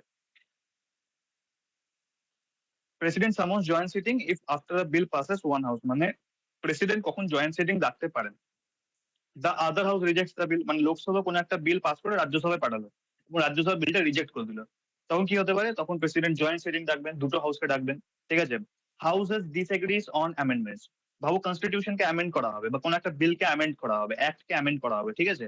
এবং দুটো হাউস ডিসএগ্রি হয়ে গেছে, মানে একটা অন্য কথা বলছে আর একটা অন্য কথা বলছে, তখন প্রেসিডেন্ট জয়েন্ট সিটিং ডাকবেন, দুজন বলবেন না এবার তোমরা তোমাদের কি কথাবার্তা বলো ভাই, সবাই সামনে সামনে বসে বলো। তারপর হচ্ছে 6 মাসের মধ্যে, আচ্ছা হ্যাঁ রিজন তুমি যেটা বললে কতদিনের মধ্যে ল্যাপস হতে পারে, 6 মাসের মধ্যে, ঠিক আছে। আমি বললাম একটা সেশনের মধ্যে, তো একটা সেশনে যদি বা 6 মাসের মধ্যে যদি মানে কোনো কিছু করা না হয় বিলটা সম্বন্ধে, তখন বিলটা ল্যাপস হয়ে যায়, ঠিক আছে। মানে আমি কি বললাম, কখন জয়েন্ট সিটিং ডাকা যেতে পারে? যদি একটা हाउस भावो কিছু একটা পাঠালো, मतलब मैंने कब को बोला जॉइंट सिटिंग बुलाया जा सकता है प्रेसिडेंट के द्वारा अगर भावो लोग सोचो एक बिल लोकसभा से पास हो गया, राज्यसभा के भेजा गया, राज्यसभा उसको रिजेक्ट कर दिया, तो प्रेसिडेंट जॉइंट सिटिंग बुलाएंगे। अगर कोई अमेंडमेंट को लेके दो हाउस डिसएग्री हो गए तो प्रेसिडेंट जॉइंट सिटिंग बुलाएंगे। अगर 6 महीने से किसी बिल के ऊपर कोई डिस्कशन हुआ ही नहीं है तो जॉइंट सिटिंग बुलाएंगे प्रेसिडेंट की, अब तुम लोग डिस्कशन करो भाई, बहुत दिन हो गया डिस्कशन नहीं हुआ इस टॉपिक पे, বুঝতে পেরেছো? কিন্তু একটা জিনিস সবসময় মনে রাখবে, মানি বিলকে নিয়ে বা কনস্টিটিউশন অ্যামেন্ডমেন্ট কে বিলকে নিয়ে কোনো জয়েন্ট সিটিং এর কথা বলা নেই। মানে মানি বিলের ওপর বা কনস্টিটিউশন অ্যামেন্ডমেंट बिलेर ওপর কোনো যদি डेडलॉक अराइज करे, কোনো জয়েন্ট সিটিং এর কথা কনস্টিটিউশনে বলা নেই। কনস্টিটিউशन में किसी भी जॉइंट सिटिंग का बात बोला नहीं गया है अगर मनी बिल के लिए या कॉन्स्टिट्यूशन अमेंडमेंट बिल को लेके कोई डेडलॉक अराइज किया। সবাই ক্লিয়ার হলো? সবাই বুঝতে পারলে? হ্যাঁ দাদা। নেক্সট, প্রিসাইড কে করেন? লোকসভায় ডিসকাশন কে করেন? স্পিকার। রাজ্যসভায় কে করেন? চেয়ারম্যান, ঠিক আছে। এবং passed by simple majority of total members present and voting in joint sitting, মানে অর্ডিনারি বিলকে পাস করতে গেলে আমি কি বললাম, সিম্পল মেজরিটি লাগে। সিম্পল মেজরিটি মানে কি হচ্ছে, যতজন মেম্বার প্রেজেন্ট আছে এবং ভোট করছে তারা যদি পক্ষে ভোট দিয়ে দেয় তাহলেই সেটা পাস হয়ে যায়। এতটা পর্যন্ত ক্লিয়ার হলো? তাহলে আমরা মানি বিলে যাব। Yes, sir. দাদা দেখো আমি বুঝছি এই টপিকটা একটু বোরিং, মানে পার্লামেন্ট টপিকটা সত্যিই বোরিং, কারণ তেমন মাথা ঘামানোর মতো কিছু নেই। এগুলো আমি প্রথমে ভেবেছিলাম তোমাদের পার্লামেন্ট পড়াবো না, ঠিক আছে, কিন্তু তারপর দেখলাম যে পার্লামেন্টে একবার যেহেতু পরীক্ষা এখান থেকে কোয়েশ্চেন আসতে পারে, তাই তোমাদের একটা বেসিক ইন্ট্রোডাকশন দিয়ে দিই। কারণ পার্লামেন্টে এতক্ষণ আমি যেগুলো বললাম, তোমরা বলো তো এগুলো না বোঝার মতো কিছু আছে? বলো কেউ, কি মনে হয় তোমাদের? এগুলো তো মানে সব মুখস্থ করা। বোঝার কিছুই নেই, মানে বুঝে বোঝার কিছু নেই, হ্যাঁ ওই জন্য বোরিং লাগছে তোমাদের আজকে বিষয়টা। দেখো বলি এবার, মানি বিল দেয়া আছে আর্টিকেল 110 এ, ঠিক আছে। মানি বিল কি কি হয়? আর্টিকেল 110 এ বলা আছে যদি ভাবো ট্যাক্স নিয়ে কোনো আলোচনা হয়, কনসোলিডেটেড ফান্ড থেকে টাকা নেওয়া সম্বন্ধে কোনো আলোচনা হয়, বা গভর্নমেন্ট টাকা উইথড্রল করেছে বা গভর্নমেন্টের কাস্টডিতে কোনো টাকা আছে সেই সব নিয়ে আলোচনা হয়, তখন ওই সমস্ত যে আলোচনাগুলো হয় সেগুলোকে মানি বিলের আন্ডারে অ্যাড করা হয়, ঠিক আছে। এবং কোনো বিল মানি বিল হবে কি হবে না তার ক্ষেত্রে কার ডিসিশন ফাইনাল হয়? স্পিকার অফ লোকসভা, মানে লোকসভার ডিসিশন, স্পিকারের ডিসিশন ফাইনাল হয়। তিনি সার্টিফিকেট দেন যে এই বিলটা মানি বিল এবং এই बिल मनी बिल नॉय, ठीक है। मतलब मनी बिल का डेफिनेशन आर्टिकल 110 में दिया गया है, ठीक है। और अगर टैक्स को लेके, टैक्स इम्पोजिशन को लेके, ऑल्टरेशन को लेके कुछ बात हुआ, मनी बोरोइंग को लेके कुछ बात हुआ, कस्टडी या withdrawal of money from consolidated fund इसको लेके कुछ बात हुआ, एक्सपेंडिचर को लेके कुछ बात हुआ, तो ये सब का जो बात है, ये सब का जो डिस्कशन है उसको मनी बिल के अंदर रखा जाता है, ठीक है। और कोई भी बिल मनी बिल है कि नहीं है उसके लिए स्पीकर ऑफ लोकसभा का डिसीजन फाइनल होता है। সবার ক্লিয়ার হলো? নেক্সট, একটা স্পেশাল প্রসিডিওর আছে যেটা আর্টিকেল 109 এ বলা আছে, সেটা হচ্ছে সবসময় মনে রাখবে মানি বিল শুধুমাত্র লোকসভাতে ইন্ট্রোডিউস করা যায়, রাজ্যসভাতে ইন্ট্রোডিউস করা হয় না মানি বিল। আমি কি বললাম, যেটা অর্ডিনারি বিল সেটা লোকসভাতেও ইন্ট্রোডিউস করা যেতে পারে, রাজ্যসভাতেও ইন্ট্রোডিউস করা যেতে পারে, কিন্তু মানি বিল শুধুমাত্র লোকসভাতে इंट्रोड्यूस करा है, राज्यसभा में इंट्रोड्यूस करा হয় না। मनी बिल सिर्फ लोकसभा में इंट्रोड्यूस किया जाता है, राज्यसभा में इंट्रोड्यूस नहीं किया जाता, ঠিক আছে। তাহলে রাজ্যসভার কি পাওয়ার আছে এই ক্ষেত্রে? রাজ্যসভার কাছে 14 দিনের একটা টাইম লিমিট আছে, রাজ্যসভা চাইলে ওই বিলটা সম্বন্ধে কোনো রেকমেন্ডেশন দিতে পারে, কিন্তু রাজ্যসভা যদি 14 দিনের মধ্যে কোনো রেকমেন্ডেশন না দেয় তাহলে ভাবা হবে বিলটা লোকসভা থেকে পাস হয়ে গেছে। মানে মানি বিলের ক্ষেত্রে সব থেকে বেশি পাওয়ার হচ্ছে লোकसभा। मतलब है कि लोकसभा में ही बस मनी बिल को इंट्रोड्यूस किया जाता है और अगर लोकसभा से पास होने के बाद कोई मनी बिल राज्यसभा के भेजा गया और राज्यसभा के पास 14 दिन का टाइम होता है, 40 दिन का एक पीरियड होता है। अगर उस टाइम में उसने कुछ रिकमेंडेशन नहीं किया, अगर कुछ बात नहीं बोला और 14 दिन के बाद भी वो बिल अगर अपने पास रख दिया तो यह समझ में आता है, मतलब बोला जाता है कि यही होता है कि बिल लोकसभा से पास हो गया। তাহলে এতটা ক্লিয়ার হলো সবার? হ্যাঁ দাদা। এতটা ক্লিয়ার হলো? ঠিক ঠিক। দেখো তারপর একটু বাজেট সম্বন্ধে বলে দিই, ঠিক আছে? বাজেট যেটাকে আরেকবার বলা হয় কি, এটা পপুলারলি নোন বাজেট, ঠিক আছে? কিন্তু এটা আসল নাম হচ্ছে annual financial statement. Annual financial statement, যেটা বাজেট বলে আমরা চিনে থাকি। আর্টিকেল 112 এটা কথা বলা আছে। আসতে পারে বাজেট বা অ্যানুয়াল ফাইন্যান্সিয়াল স্টেটমেন্ট কিসে দেয়া আছে? আর্টিকেল 112 এ। ঠিক আছে? মানে হচ্ছে প্রত্যেক বছর প্রেসিডেন্ট একটা এস্টিমেটেড রিসিপ্ট দেন, একটা expenditure then government of India, যে এত খরচ হয়েছে, এইভাবে কাজ করতে হবে, এত টাকা খরচ হবে, না হবে সমস্ত কিছু, সমস্ত ওয়েলফেয়ার প্রজেক্টে, সমস্ত ধরনের প্রজেক্টের ক্ষেত্রে সেটাকেই বলা হয় बजट। ठीक है? मतलब बजट जो आर्टिकल 112 में दिया गया है, जिसको कहा जाता है एनुअल फाइनेंशियल स्टेटमेंट, मतलब हर साल कितना खर्चा हुआ उसको लेकर, ठीक है? वो प्रेसिडेंट एक बिल पास करते हैं, उसको कहा जाता है बजट, ठीक है? फाइनेंस मिनिस्टर करते हैं, तुम लोग को पता है जैसे। नेक्स्ट, তাহলে এতটা পর্যন্ত সবার ক্লিয়ার হলো? একটা জিনিস বলে দিই, এটা আসতে পারে হয়তো। দেখো पार्लियामेंटे हिंदी এবং इंग्लिश এই দুটো लैंग्वेज डिस्कशन करा है, ठीक है? मतलब पार्लियामेंट में हिंदी और इंग्लिश को लेकर डिस्कशन किया जाता है, पर अगर कोई ऐसा मेंबर रहा जिसको हिंदी और इंग्लिश समझ में नहीं आता, तो उसके लिए वो अपना मदर टंग में बोल सकता है, ठीक है? মানে সে নিজের মাতৃভাষায় বলতে পারে, ঠিক আছে? নেক্সট একটা জিনিস সবসময় মনে রাখবে, no discussion permitted in parliament regarding conduct of any supreme court or high court judges of discharge of duties। মানে সুপ্রিম কোর্ট বা হাই কোর্টের জাজ যদি ডিসচার্জ করতে হয়, সেই ক্ষেত্রে কোনো আলোচনা কিন্তু পার্লামেন্টে করা যায় না। मतलब पार्लियामेंट में सुप्रीम कोर्ट या हाई कोर्ट के जजेस हैं, उनको डिस्चार्ज करने के लिए कोई भी डिस्कशन नहीं किया जाता, ठीक है? नेक्स्ट হচ্ছে কিন্তু courts are prohibited from inquiring into validity of parliamentary proceedings on grounds of alleged procedural irregularity। মানে হচ্ছে কোর্টও কিন্তু পার্লামেন্টারি ডিসকাশন হচ্ছে সেই বিষয়ে মাথা ঘামায় না, ঠিক আছে? মানে আমি কি বলেছিলাম, আর্টিকেল 50 তে ডাইরেক্টিভ প্রিন্সিপাল অফ স্টেট পলিসিতে বলা আছে যে তিনটে অর্গানকে আলাদা করে রাখতে হবে। আমাদের কনস্টিটিউশনে একটা ডক্ট্রিন আছে, সেপারেশন অফ পাওয়ার্স। এর কোশ্চেন আসতে পারে তোমাদের, জেনারেল নলেজ আসতে পারে, যে সেপারেশন অফ পাওয়ার্স এর ডক্ট্রিন কে দিয়েছিল? কেউ বলতে পারবে সেপারেশন অফ পাওয়ার্স এর ডক্ট্রিন কে দিয়েছিল? Anyone? This question is from GK. Separation of powers এর ডক্ট্রিন দিয়েছিল মন্তেস্কু, ঠিক আছে? কোশ্চেনটা মাথায় রাখবে, মন্তেস্কু, ঠিক আছে? মন্তেস্কু সেপারেশন অফ পাওয়ার্স এর কথা বলেছিলেন, ঠিক আছে?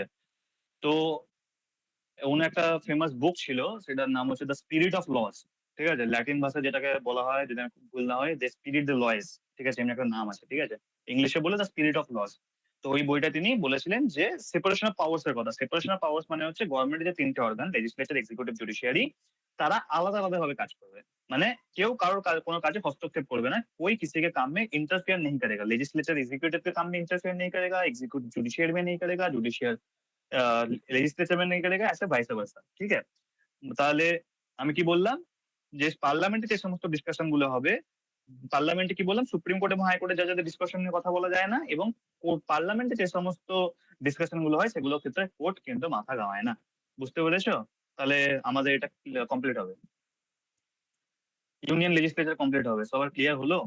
ইয়েস অর নো সবাই বলো। Yes, sir. Yes, sir. ঠিক আছে, ঠিক আছে।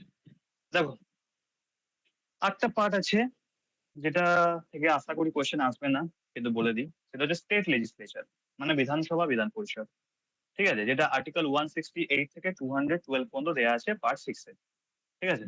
প্রথমে বলি, যেটা আমি বললাম, आर्टिकल 168 से 212 तक पार्ट 6 का क्या दिया गया है? Organisation, composition, duration, officer, procedure, privileges, ये सब का चीज बोला गया है 168 से 212 पर। किसका? स्टेट लेजिस्लेचर का, ठीक है? এবার যদি বলি কম্পোজিশন অফ স্টেট লেজিসলেচার, যেটা আর্টিকেল 168 এ দেয়া আছে, কি বলেছিলাম? ভাবো আমি দুটো কথা বলেছিলাম, বাইক্যামেরাল লেজিসলেচার এবং ইউনিক্যামেরাল লেজিসলেচার। আমাকে কেউ বলতে পারবে বাইক্যামেরাল এবং ইউনিক্যামেরাল মানে কি? এনিওয়ান? বাইক্যামেরাল লেজিসলেচার এবং ইউনিক্যামেরাল লেজিসলেচার মানে কি? Sir, there can be two different parties. In center, there can be a different party, and in state legislative, there can be another party. Like mixture नहीं is ये bicameral. नहीं है, ये नहीं है, ये नहीं है। বাইক্যামেরাল মানে দুটো আর ইউনিক্যামেরাল সভা এবং বিধান পরিষদ দুটোই আছে, ওটাকে বলে বাইক্যামেরাল। আর যে সমস্ত রাজ্যে বিধানসভা আছে বিধান পরিষদ নেই সেটাকে বলে ইউনিক্যামেরাল। Very good. हाँ देखो, मतलब है कि बाइकैमरल लेजिस्लेचर मतलब होता है कि अगर बस एक हाउस रहे तो उसको कहा जाता है यूनिकैमरल लेजिस्लेचर। अगर दो हाउस रहे तो उसको कहा जाता है बाइकैमरल लेजिस्लेचर। यहाँ पर पार्टी का कोई बात नहीं है। समझ में आया? Can you please explain this once? देखो सोचो, बंगाल, वेस्ट बंगाल, ठीक है। वेस्ट बंगाल में विधान परिषद नहीं है, सिर्फ विधानसभा है, ठीक है। तुम्हारा घर कहाँ पर है? Sir, Khizrpur. अच्छा, मतलब तुम वेस्ट बंगाल की हो ना? Yes, sir. अच्छा, बिहार के साथ कोई ताल्लुक है? हाँ sir, my village is in Bihar. अच्छा, हाँ। तो देखो, वेस्ट बंगाल में एक हाउस है, ठीक है, विधानसभा।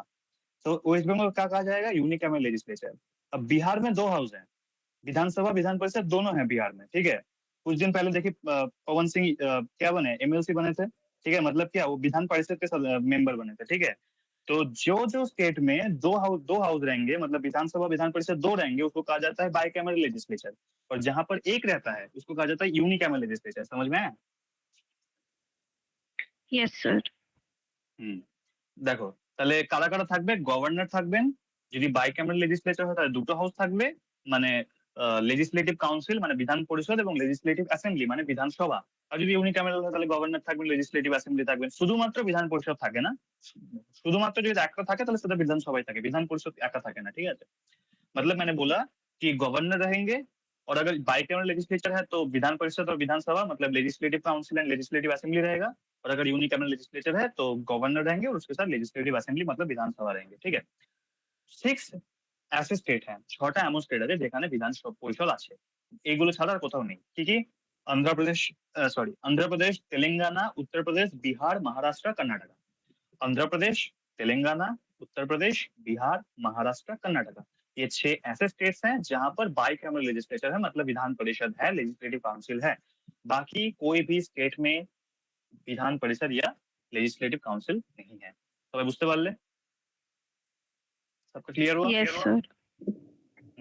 Next, abolition of creation of legislative council's, মানে লেজিসলেটিভ কাউন্সিল বা বিধানসভা কি করে অ্যাবলিশ করা যায় বা ক্রিয়েশন তৈরি করা যায়, ঠিক আছে। আর্টিকেল 169 এ বলা আছে পার্লামেন্টের কাছে পাওয়ার আছে, পার্লামেন্ট বাই ল কোন লেজিসলেটিভ কাউন্সিল তৈরি করতে পারে বা ডিসলভ করতে পারে কোন স্টেটে, ঠিক আছে।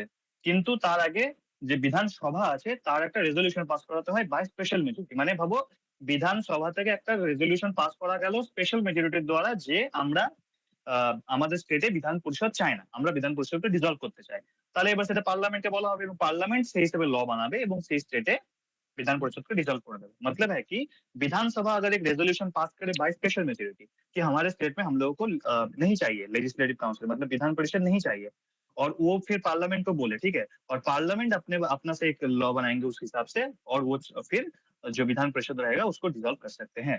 समझ में आया? সবাই বুঝতে পারলে?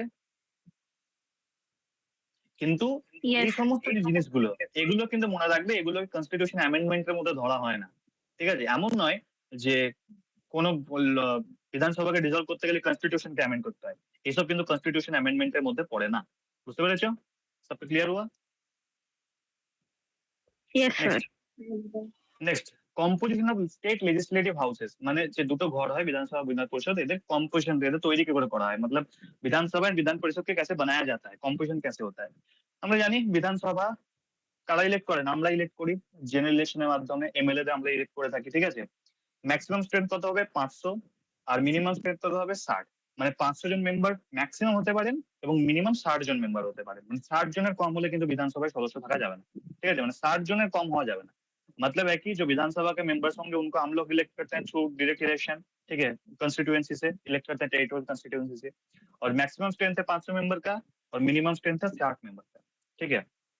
पर अगर कुछ स्पेसिफिक स्टेट्स हैं जहाँ जो छोटे छोटे स्टेट्स हैं, ठीक है, जैसे गोवा हो गया, मिजोरम हो गया, सिक्किम हो गया, पुदुचेरी हो गया, ये सब में जो मिनिमम स्ट्रेंथ है इसको घटा के 60 से क्या कर दिया गया, गोवा में 40, मिजोरम में 40, सिक्किम में 32, पुदुचेरी में 30, ये कर दिया गया। ठीक है, মানে total strength 500, maximum strength 500, minimum strength 60, কিন্তু একটা স্পেসিফিক ছোট ছোট স্টেট আছে যেমন গোয়া, মিজোরাম, সিকিম, পুদুচেরি, এগুলোতে 60 থেকে কমিয়ে করে দেওয়া হয়েছে। গোয়াতে 40, মিজোরামে 40, সিকিমে 32, পুদুচেরিতে 32।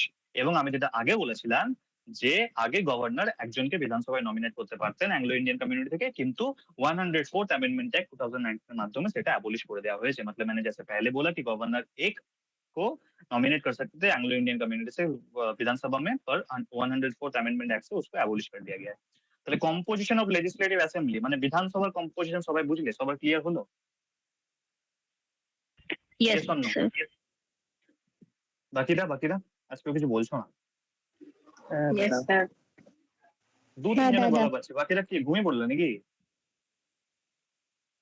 হ্যাঁ দাদা।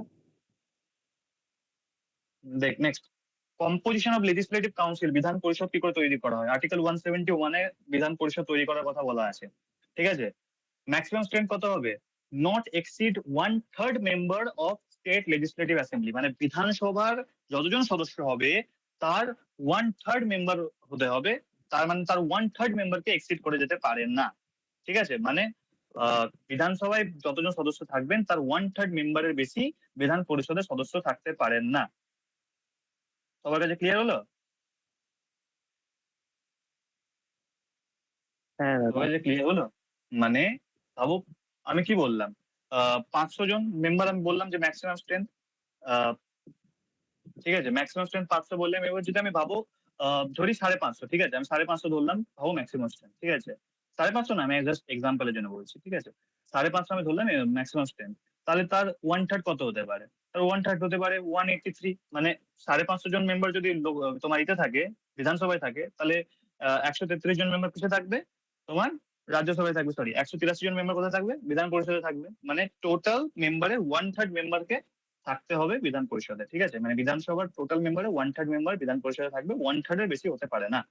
মানে হচ্ছে मतलब है कि विधानसभा में जितना मेंबर्स रहेंगे उनके 1/3 मेंबर रहेंगे विधान परिषद में, 1/3 से ज्यादा नहीं हो सकता। আর মিনিমাম লিমিটের যদি কথা বলি তাহলে 40 জন মেম্বার মিনিমাম থাকতেই হবে, 40 জনের কম থাকা যাবে না। ক্লিয়ার হলো সবার? Yes, sir. এবার লেজিসলেটিভ কাউন্সিলের সদস্য হয় তাদের ইলেক্ট করে করা হয় বলি। দেখো যে সমস্ত panchayat, district board, local authority এই সমস্ত যারা মেম্বার থাকেন তারা ইলেক্ট করেন 1/3 মেম্বারকে, মানে পুরোটা যা কত কিভাবে ভাগ করা যায়। ঠিক আছে, 5 ভাবে ইলেক্ট করা যেতে পারে। Panchayat, district board, local authority এই সমস্ত থেকে এই সমস্ত যারা मेंबर হবেন তারা 1/3 मेंबर के इलेक्ट করবেন। ठीक है, मतलब पंचायत, म्युनिसिपैलिटी ये सब का जो मेंबर्स रहेंगे वो 1/3 मेंबर ऑफ लेजिस्लेटिव काउंसिल को इलेक्ट करेंगे। फिर जो ग्रेजुएट हैं, जो 3 साल पहले हो गए ग्रेजुएट, ठीक है, मतलब सोचो 2026 में विधान परिषद बनाया जा रहा है, तो उससे 3 साल पहले जो ग्रेजुएट हो गए हैं वो 1/12 मेंबर को इलेक्ट करेंगे। फिर जो टीचर्स रहेंगे, ठीक है, वो 1/12 मेंबर को इलेक्ट करेंगे।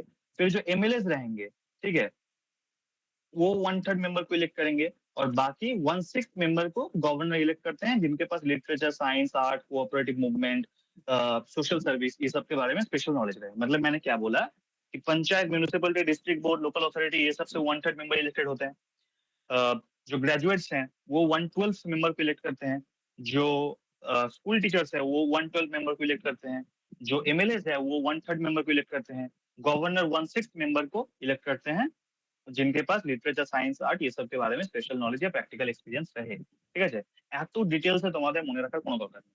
তোমরা শুধু যখন নোটস আমি প্রোভাইড করব তোমরা শুধু উপর উপর দেখে নিও। বাই এনি চান্স যদি কোশ্চেন টাফ করলো, যদি চলে এলো যে কোনখান থেকে কতজন মেম্বার ইলেক্ট করা হয়, ঠিক আছে, ভাবো বলে দিল যে মিউনিসিপ্যালিটিতে কতজন ইলেক্ট করা হয়, ঠিক আছে, অপশনে দিয়ে দিল 1/3, 1/12, 1/12, 1/3, 1/12, 1/6, 1/7 এমনি করে 4টা অপশন দিয়ে দিল, তখন তোমরা করবে 1/3 মেম্বার।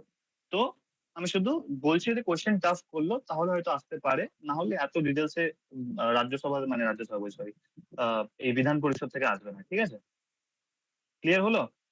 সবাই বুঝতে পারলে? বিধানসভা Yes, sir. হ্যাঁ বলো, দাদা কে তুমি বলছো? যে বললে হ্যাঁ ওই জম্মু কাশ্মীর তারপর পুদুচেরি এদের যে স্টেট লেজিসলেটিভ অ্যাসেম্বলি আছে এগুলো তো ইউনিয়ন টেরিটরি, তাহলে এদের স্টেট লেজিসলেটিভ অ্যাসেম্বলি ইউনিয়ন টেরিটরিতেও থাকে তো। কে বলেছে ইউনিয়ন টেরিটরি থাকবে না? আমি বলছি যে ওই ৩টে থেকে রিপ্রেজেন্টেটিভ পাঠানো হয় রাজ্যসভাতে, এমপি রাজ্যসভাতে পাঠানো হয়। আমি বিধানসভা বিধান পরিষদের কোনো কথা বলছি না।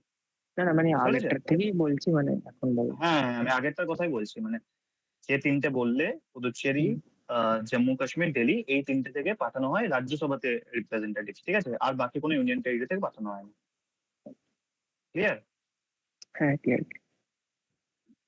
Next, duration of assembly and council, মানে বিধানসভা এবং বিধান পরিষদের ডিউরেশন কত? আমরা জানি বিধানসভার ৫ বছরের টার্ম হয়, যখন থেকে মিটিং শুরু হয়, সমস্ত শুরু হয়, বা গভর্নর আগে রিমুভ করতে পারেন। এবং লেজিসলেটিভ কাউন্সিল, রাজ্যসভার মধ্যে পার্মানেন্ট বডি, প্রত্যেক ২ বছরে 1/3 মেম্বার রিটায়ার করে যান।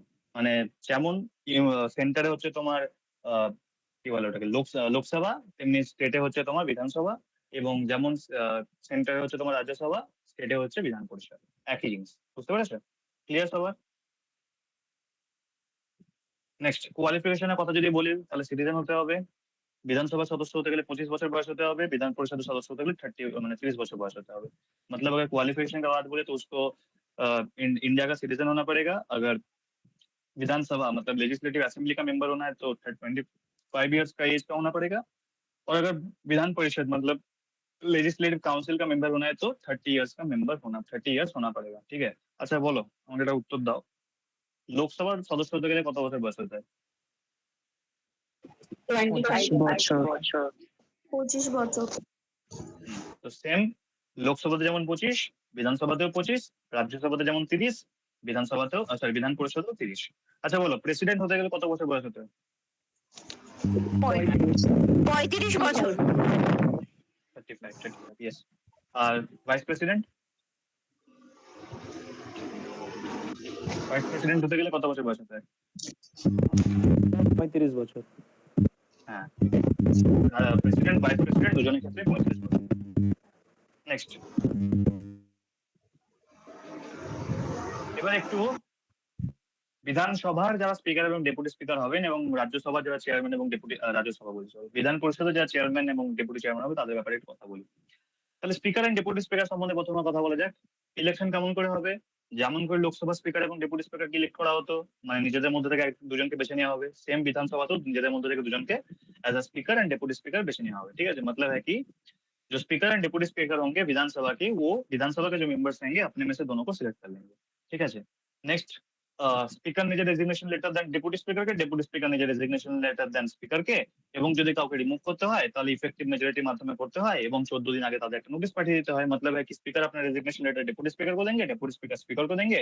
अगर किसी को रिमूव करना है तो इफेक्टिव मेजोरिटी के द्वारा एक रेजोल्यूशन पास करना पड़ता है, और जिसको रिमूव करना है उसको एक 14 डेज नोटिस, एडवांस नोटिस भेजा जाता है। नेक्स्ट, कास्टिंग ভোট सेम, যিনি প্রিসাইডিং অফিসার থাকবেন তিনি প্রথমে ভোট করতে পারেন না, যেমন ডেপুটি স্পিকার বা চেয়ারম্যান, ভাইস ডেপুটি চেয়ারম্যান এরা করতে পারেন না, যেমন তেমনি এখানেও এরা করতে পারেন না। কিন্তু যদি কোনো টাই হয়ে গেল তখন কাস্টিং ভোট করতে পারেন। এবার যদি আমি chairman and deputy chairman of council of states এর কথা বলি, কাউন্সিল অফ স্টেটস বলছি সরি, কি নাম ছিল ওটা, লেজিসলেটিভ কাউন্সিলের কথা বলি, মানে বিধান পরিষদের কথা বলি, তাহলে কি হবে, লেজিসলেটিভ কাউন্সিলের যারা সদস্য হবেন তারা নিজেদের মধ্যে থেকে একজনকে চেয়ারম্যান এবং একজনকে ডেপুটি চেয়ারম্যান হিসেবে সিলেক্ট করে নেবেন। মানে হচ্ছে लेजिस्लेटिव काउंसिल विधान परिषद के जो मेंबर्स रहेंगे वो अपने में से एक को चेयरमैन और एक अपने में से एक को डेप्यूटी चेयरमैन के तरीके से सिलेक्ट कर लेंगे। ठीक है? और তাহলে একটা জিনিস কোশ্চেন আসতে পারে যে তাহলে রাজ্যসভার বিধান পরিষদের মধ্যে সদস্য মানে পার্থক্য কি? আমি কি বলেছিলাম, রাজ্যসভার চেয়ারম্যান কি হবেন, ভাইস প্রেসিডেন্ট, কিন্তু বিধান পরিষদের ক্ষেত্রে কোনো অমনি কোনো কিছু বলা নেই, কোনো একজন বিধান পরিষদের মেম্বারই ডেপুটি চেয়ারম্যান হন। বুঝতে পেরেছো? এতটা পরিমাণে সবার ক্লিয়ার হলো এতটা পর্যন্ত? বাকি যে সমস্ত জিনিস আছে মানি বিলের ক্ষেত্রে যা কন্ডিশনস লোকসভাতে ছিল রাজ্যসভাতে ছিল সেম এখানেও তাই আছে, নর্মাল বিলস এর ক্ষেত্রে যা ছিল তাই আছে।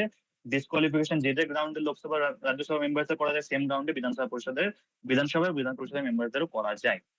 তাহলে সবার ক্লিয়ার হলো, সবকা ক্লিয়ার হুয়া আজকে ক্লাস? হ্যাঁ দাদা। দাদা একটা কোশ্চেন ছিল। হ্যাঁ বলো। लास्ट वाला আমি नहीं हुआ বলছি सर। বলো, কিছু বলছো? না না বলছিলাম লোকসভাতে স্পিকার যদি রিজাইন দেয় তাহলে ডেপুটি স্পিকারকে দেবে, ডেপুটি স্পিকার যদি দেয় তাহলে স্পিকারকে দেবে। কিন্তু হ্যাঁ, হ্যাঁ। প্রেজেন্টে তো ডেপুটি স্পিকার নেই, তাহলে স্পিকার কাকে দেবে? মানে প্রেজেন্টে ডেপুটি স্পিকার নেই লোকসভায়, আচ্ছা, তো তখন তাহলে কাকে দেবেন? স্পিকার কাকে দেবেন? হ্যাঁ হ্যাঁ,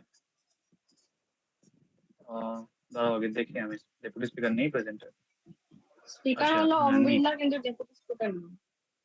আচ্ছা, তখন প্রেসিডেন্টকে দিতে পারেন, হতে পারে। কারণ দেখো, আমি যতটা জানি কনস্টিটিউশনে সেই ব্যাপারে কিছু বলা নেই, ঠিক আছে? তো আমি তোমাদের শিওরলি বলতে পারবো না, কিন্তু যতটা আমার মনে হয় হয়তো প্রেসিডেন্টকে দিতে পারেন, ঠিক আছে, বা ইলেকশন কমিশনকে দিতে পারেন, বুঝতে পারলে? ভালো। ঠিক আছে, দেখো আজকে স্টাডি মেটেরিয়াল তোমাদের গ্রুপে পাঠিয়ে দিলাম, তোমরা সবাই দেখতে পাচ্ছ? Yes sir. তাহলে আচ্ছা, সত্যজিৎ আছিস? সত্যজিৎ আছিস?